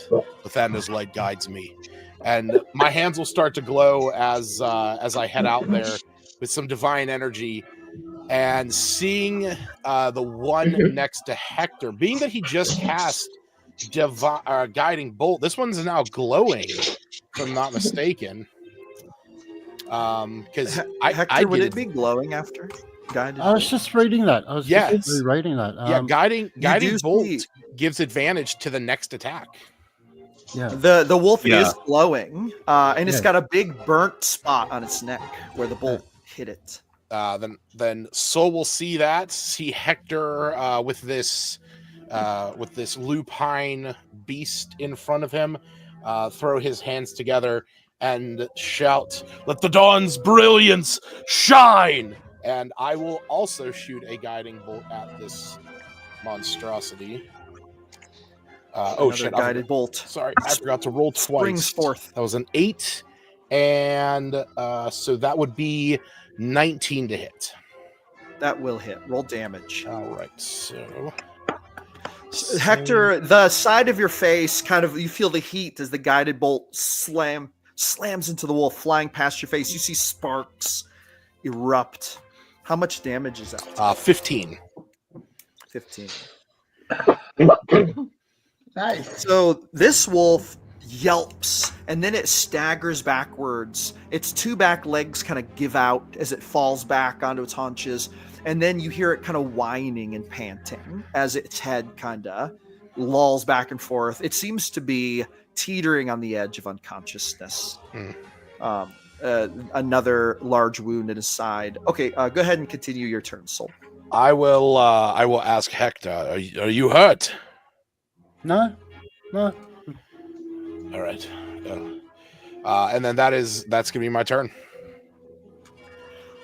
So at this point, it's the wolf's turn. Omen, Omen, you didn't get added to initiative. Did you want to roll initiative?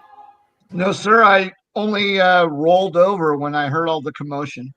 Oh, okay, so you're not getting involved. Okay. No, sir. The wolf is gonna turn and, kind of whining, try to stagger away. As it does so, Hector, it would provoke an attack of opportunity if you wish to take one. No? Nope. So the wolf kind of starts to stagger away, and you kind of hear it yelping. And at that point, this girl would kind of step out here. Oh, no. Do not come out. You kind of see her step over here, and then she kind of steps back down here a little bit, kind of backing away from where she sees Sol looking. She does not seem to notice this wolf down here. And then this big guy, he comes out, comes right up here, and you see him basically get into this big stance, and he just claps his hands together. And he kind of gets low on his haunches, and he's like, "Where is it? Where's the enemy?" I'll point to the wolf that's staggering away. It is fleeing. Oh, well done. You are a formidable combatant. And then you guys hear a lunge and a growl as this wolf charges at this girl. From behind, you hear just awful snarling as it attacks her. It will hit her. You see it bite into her. She makes a strength check. Oh, it tries to drag her down, but she remains upright. But she does scream as she takes damage from the wolf. And you see blood just pour out of her arm. Her arm's getting torn up. Now, at that point, stay inside. You, Faline, you hear a snarling sound, and another wolf comes running from between these rocks. and it comes out to attack you. It rolls a 23 to hit. Yeah, that's definitely gonna hit.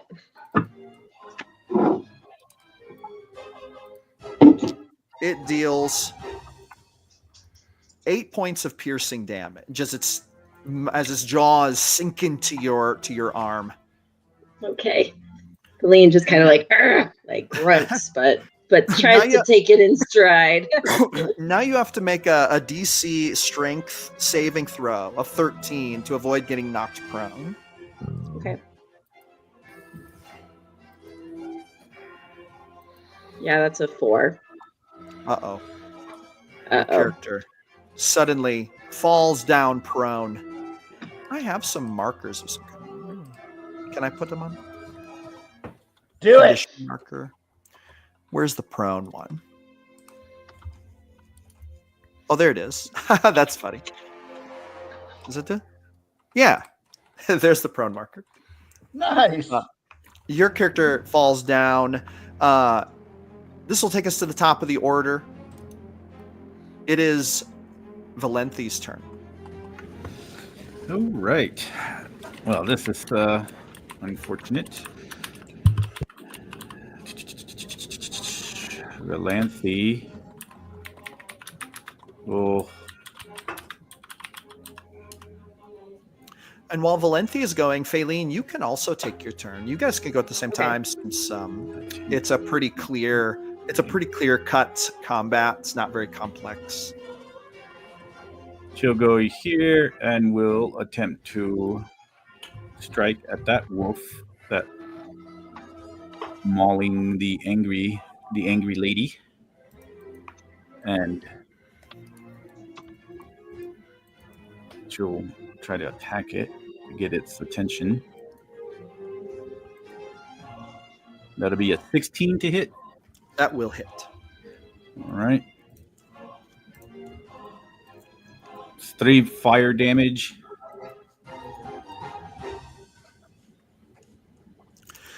The fire hits the wolf and suddenly it yelps. It releases Faylene and turns towards you.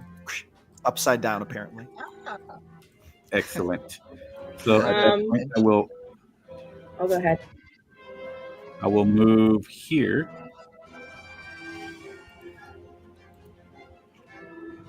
Nice.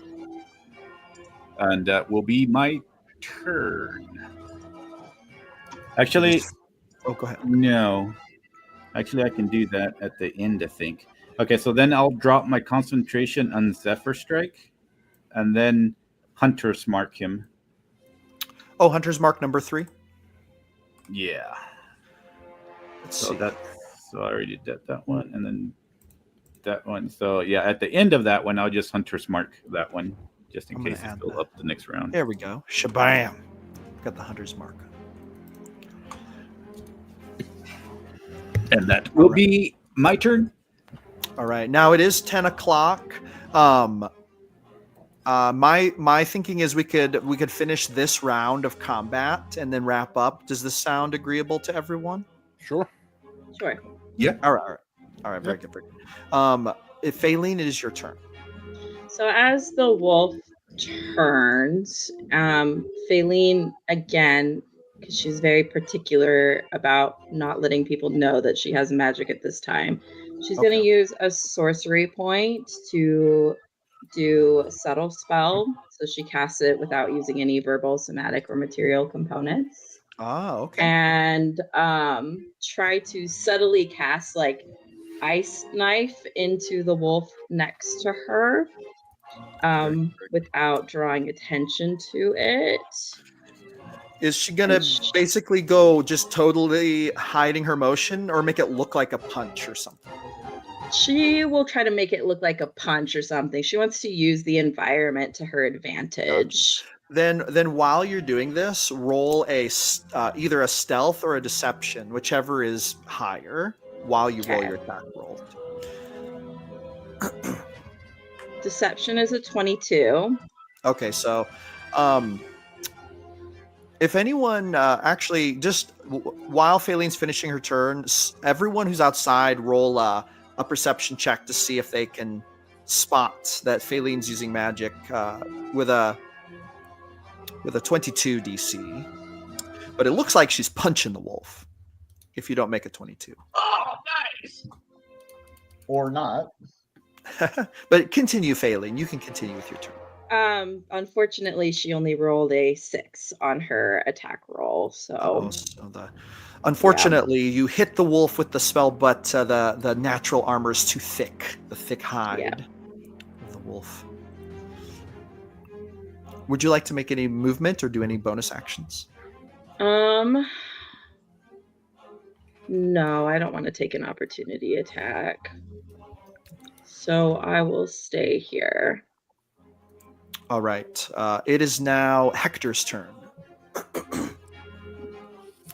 Seeing the wolf that had tried to attack him run away, Hector just goes back to his instruments. You should roll an Arcana check on the instrument you're holding.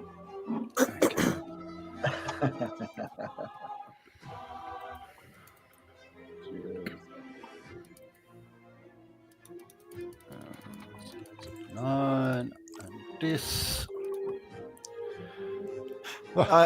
If if you're not going to do anything else, I should say. Okay. Yep. So 21 with disadvantage. So you're while this is happening, your character almost as if ignoring the battle, I'm imagining, looks down at the instruments, and you're looking at it, and suddenly the needles start to spike. You start to get big readings. It jumps up to a 2.7. Now, what are you going to do when that happens?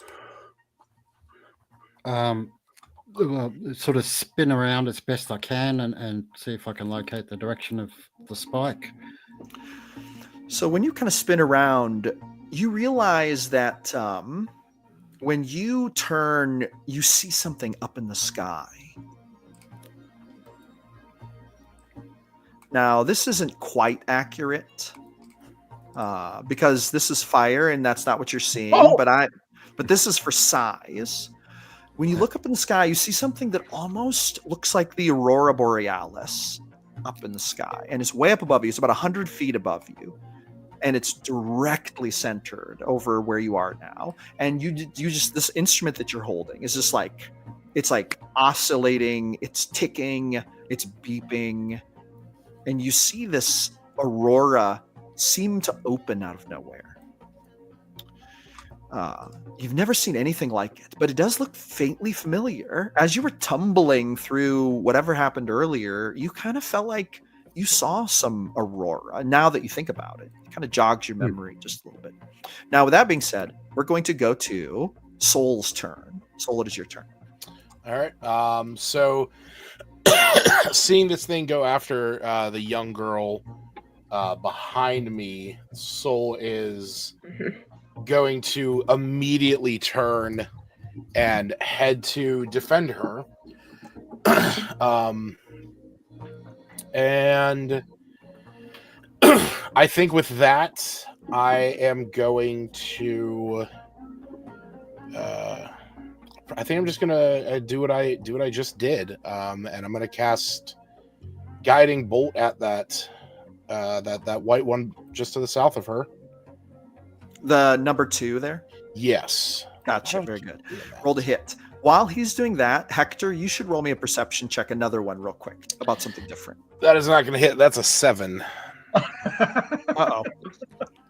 What are the odds that it hits the girl? Very low, but it's not 0. No, it misses her. All right. If that misses, then I am going to run. She was bit, correct? Yes, her arm is bleeding all over the place. I mean, the wolf just grabbed her by the arm and it's mangled. Then I am going to, as I run up, I'm going to grab her arm where it is bleeding, and will utter, "By the grace of the morning, Lord, be made whole again." And I will use Lay on Hands to restore. I'm going to say I don't have a lot to spend, so I'm going to say 5 hit points. Okay. Because I don't know how much she took. The wound looks like about 10 points worth of damage. All right. I'm not. Yeah. Okay. You know what? I'm gonna do 5 just so at least this way she's not as severely wounded. I don't necessarily want to burn through everything yet. As you apply the magic, you see the wounds sort of close up, on her arm, like, about halfway. Now, while this is happening, she looks up into your eyes, and you see her eyes almost flash with a bit of magic, as if the magic you're sending into her is manifesting in her eyes, which you haven't really seen maybe a lot. That's not like unheard of, but it's kind of uncommon. Generally, it's usually very magic sensitive creatures that do this. Now, with that being said, Hector, what was your perception check? With disadvantage, 19. A 19? Oh, wow, with disadvantage. So you see her eyes light up as well, but Hector, who is holding the instrument and seeing this aurora above, realizes that her eye glowing, while it seemed to come very close to responding to Kelf's healing spell, actually started when the aurora opened. Her eyes were already glowing, Hector noticed. So she's looking up at Soul, and he's healing her, and it looks like the healing is kind of making her eyes glow, but you notice especially that gold eye just gleams with this golden light when this aurora opens above you. Okay, now, with that being said, Soul, is that you can continue your turn now. That would be my whole entire. That's everything that I can do. It is now actually her turn. She is going to turn to the wolf. She has no weapon. You see her attempt to, actually punch the wolf. Not very well either. She does not seem to be an unarmed combatant. She nearly injures herself with the bad punch. She does not seem to be a combatant. And she looks very scared. She's like, Soul, help! The wolf is snarling at her. It is now. I will shout, I told you to stay inside. And then suddenly you hear this noise. It sounds like thudding, heavy thudding, as this big dude comes charging up. And you hear him kind of shout, to the ground. And then he charges up at the wolf, and he tries to basically body slam it. Beautiful. He's going to hit. Yeah. So he slams into the wolf, and you see him almost kind of try to lift the wolf up and throw it onto the ground. The wolf has to make a check to try to resist this. He tries to suplex the wolf, but it manages to stay upright. The suplex fails, but this guy does do. He does 7 points of damage to the wolf. All right, now when he slams the wolf down, doing the damage, the wolf kind of yelps, and then it would turn and bound away. This wolf over here also yelps and starts to run. Now they provoke attacks of opportunity if you wish to take them. Faylene, this one would provoke one from you, and Soul, this one would provoke one from you. Absolutely. Yeah. Okay, roll to hit then. You hear a howl off in the distance as these wolves kind of break from the fight.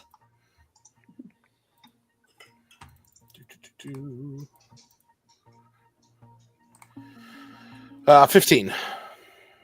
A 15 will hit. Roll damage. Yeah, I rolled a 6 on an unarmed strike, so not happening. You swing, but unfortunately the wolf was already gone. So I am it's just 4 damage.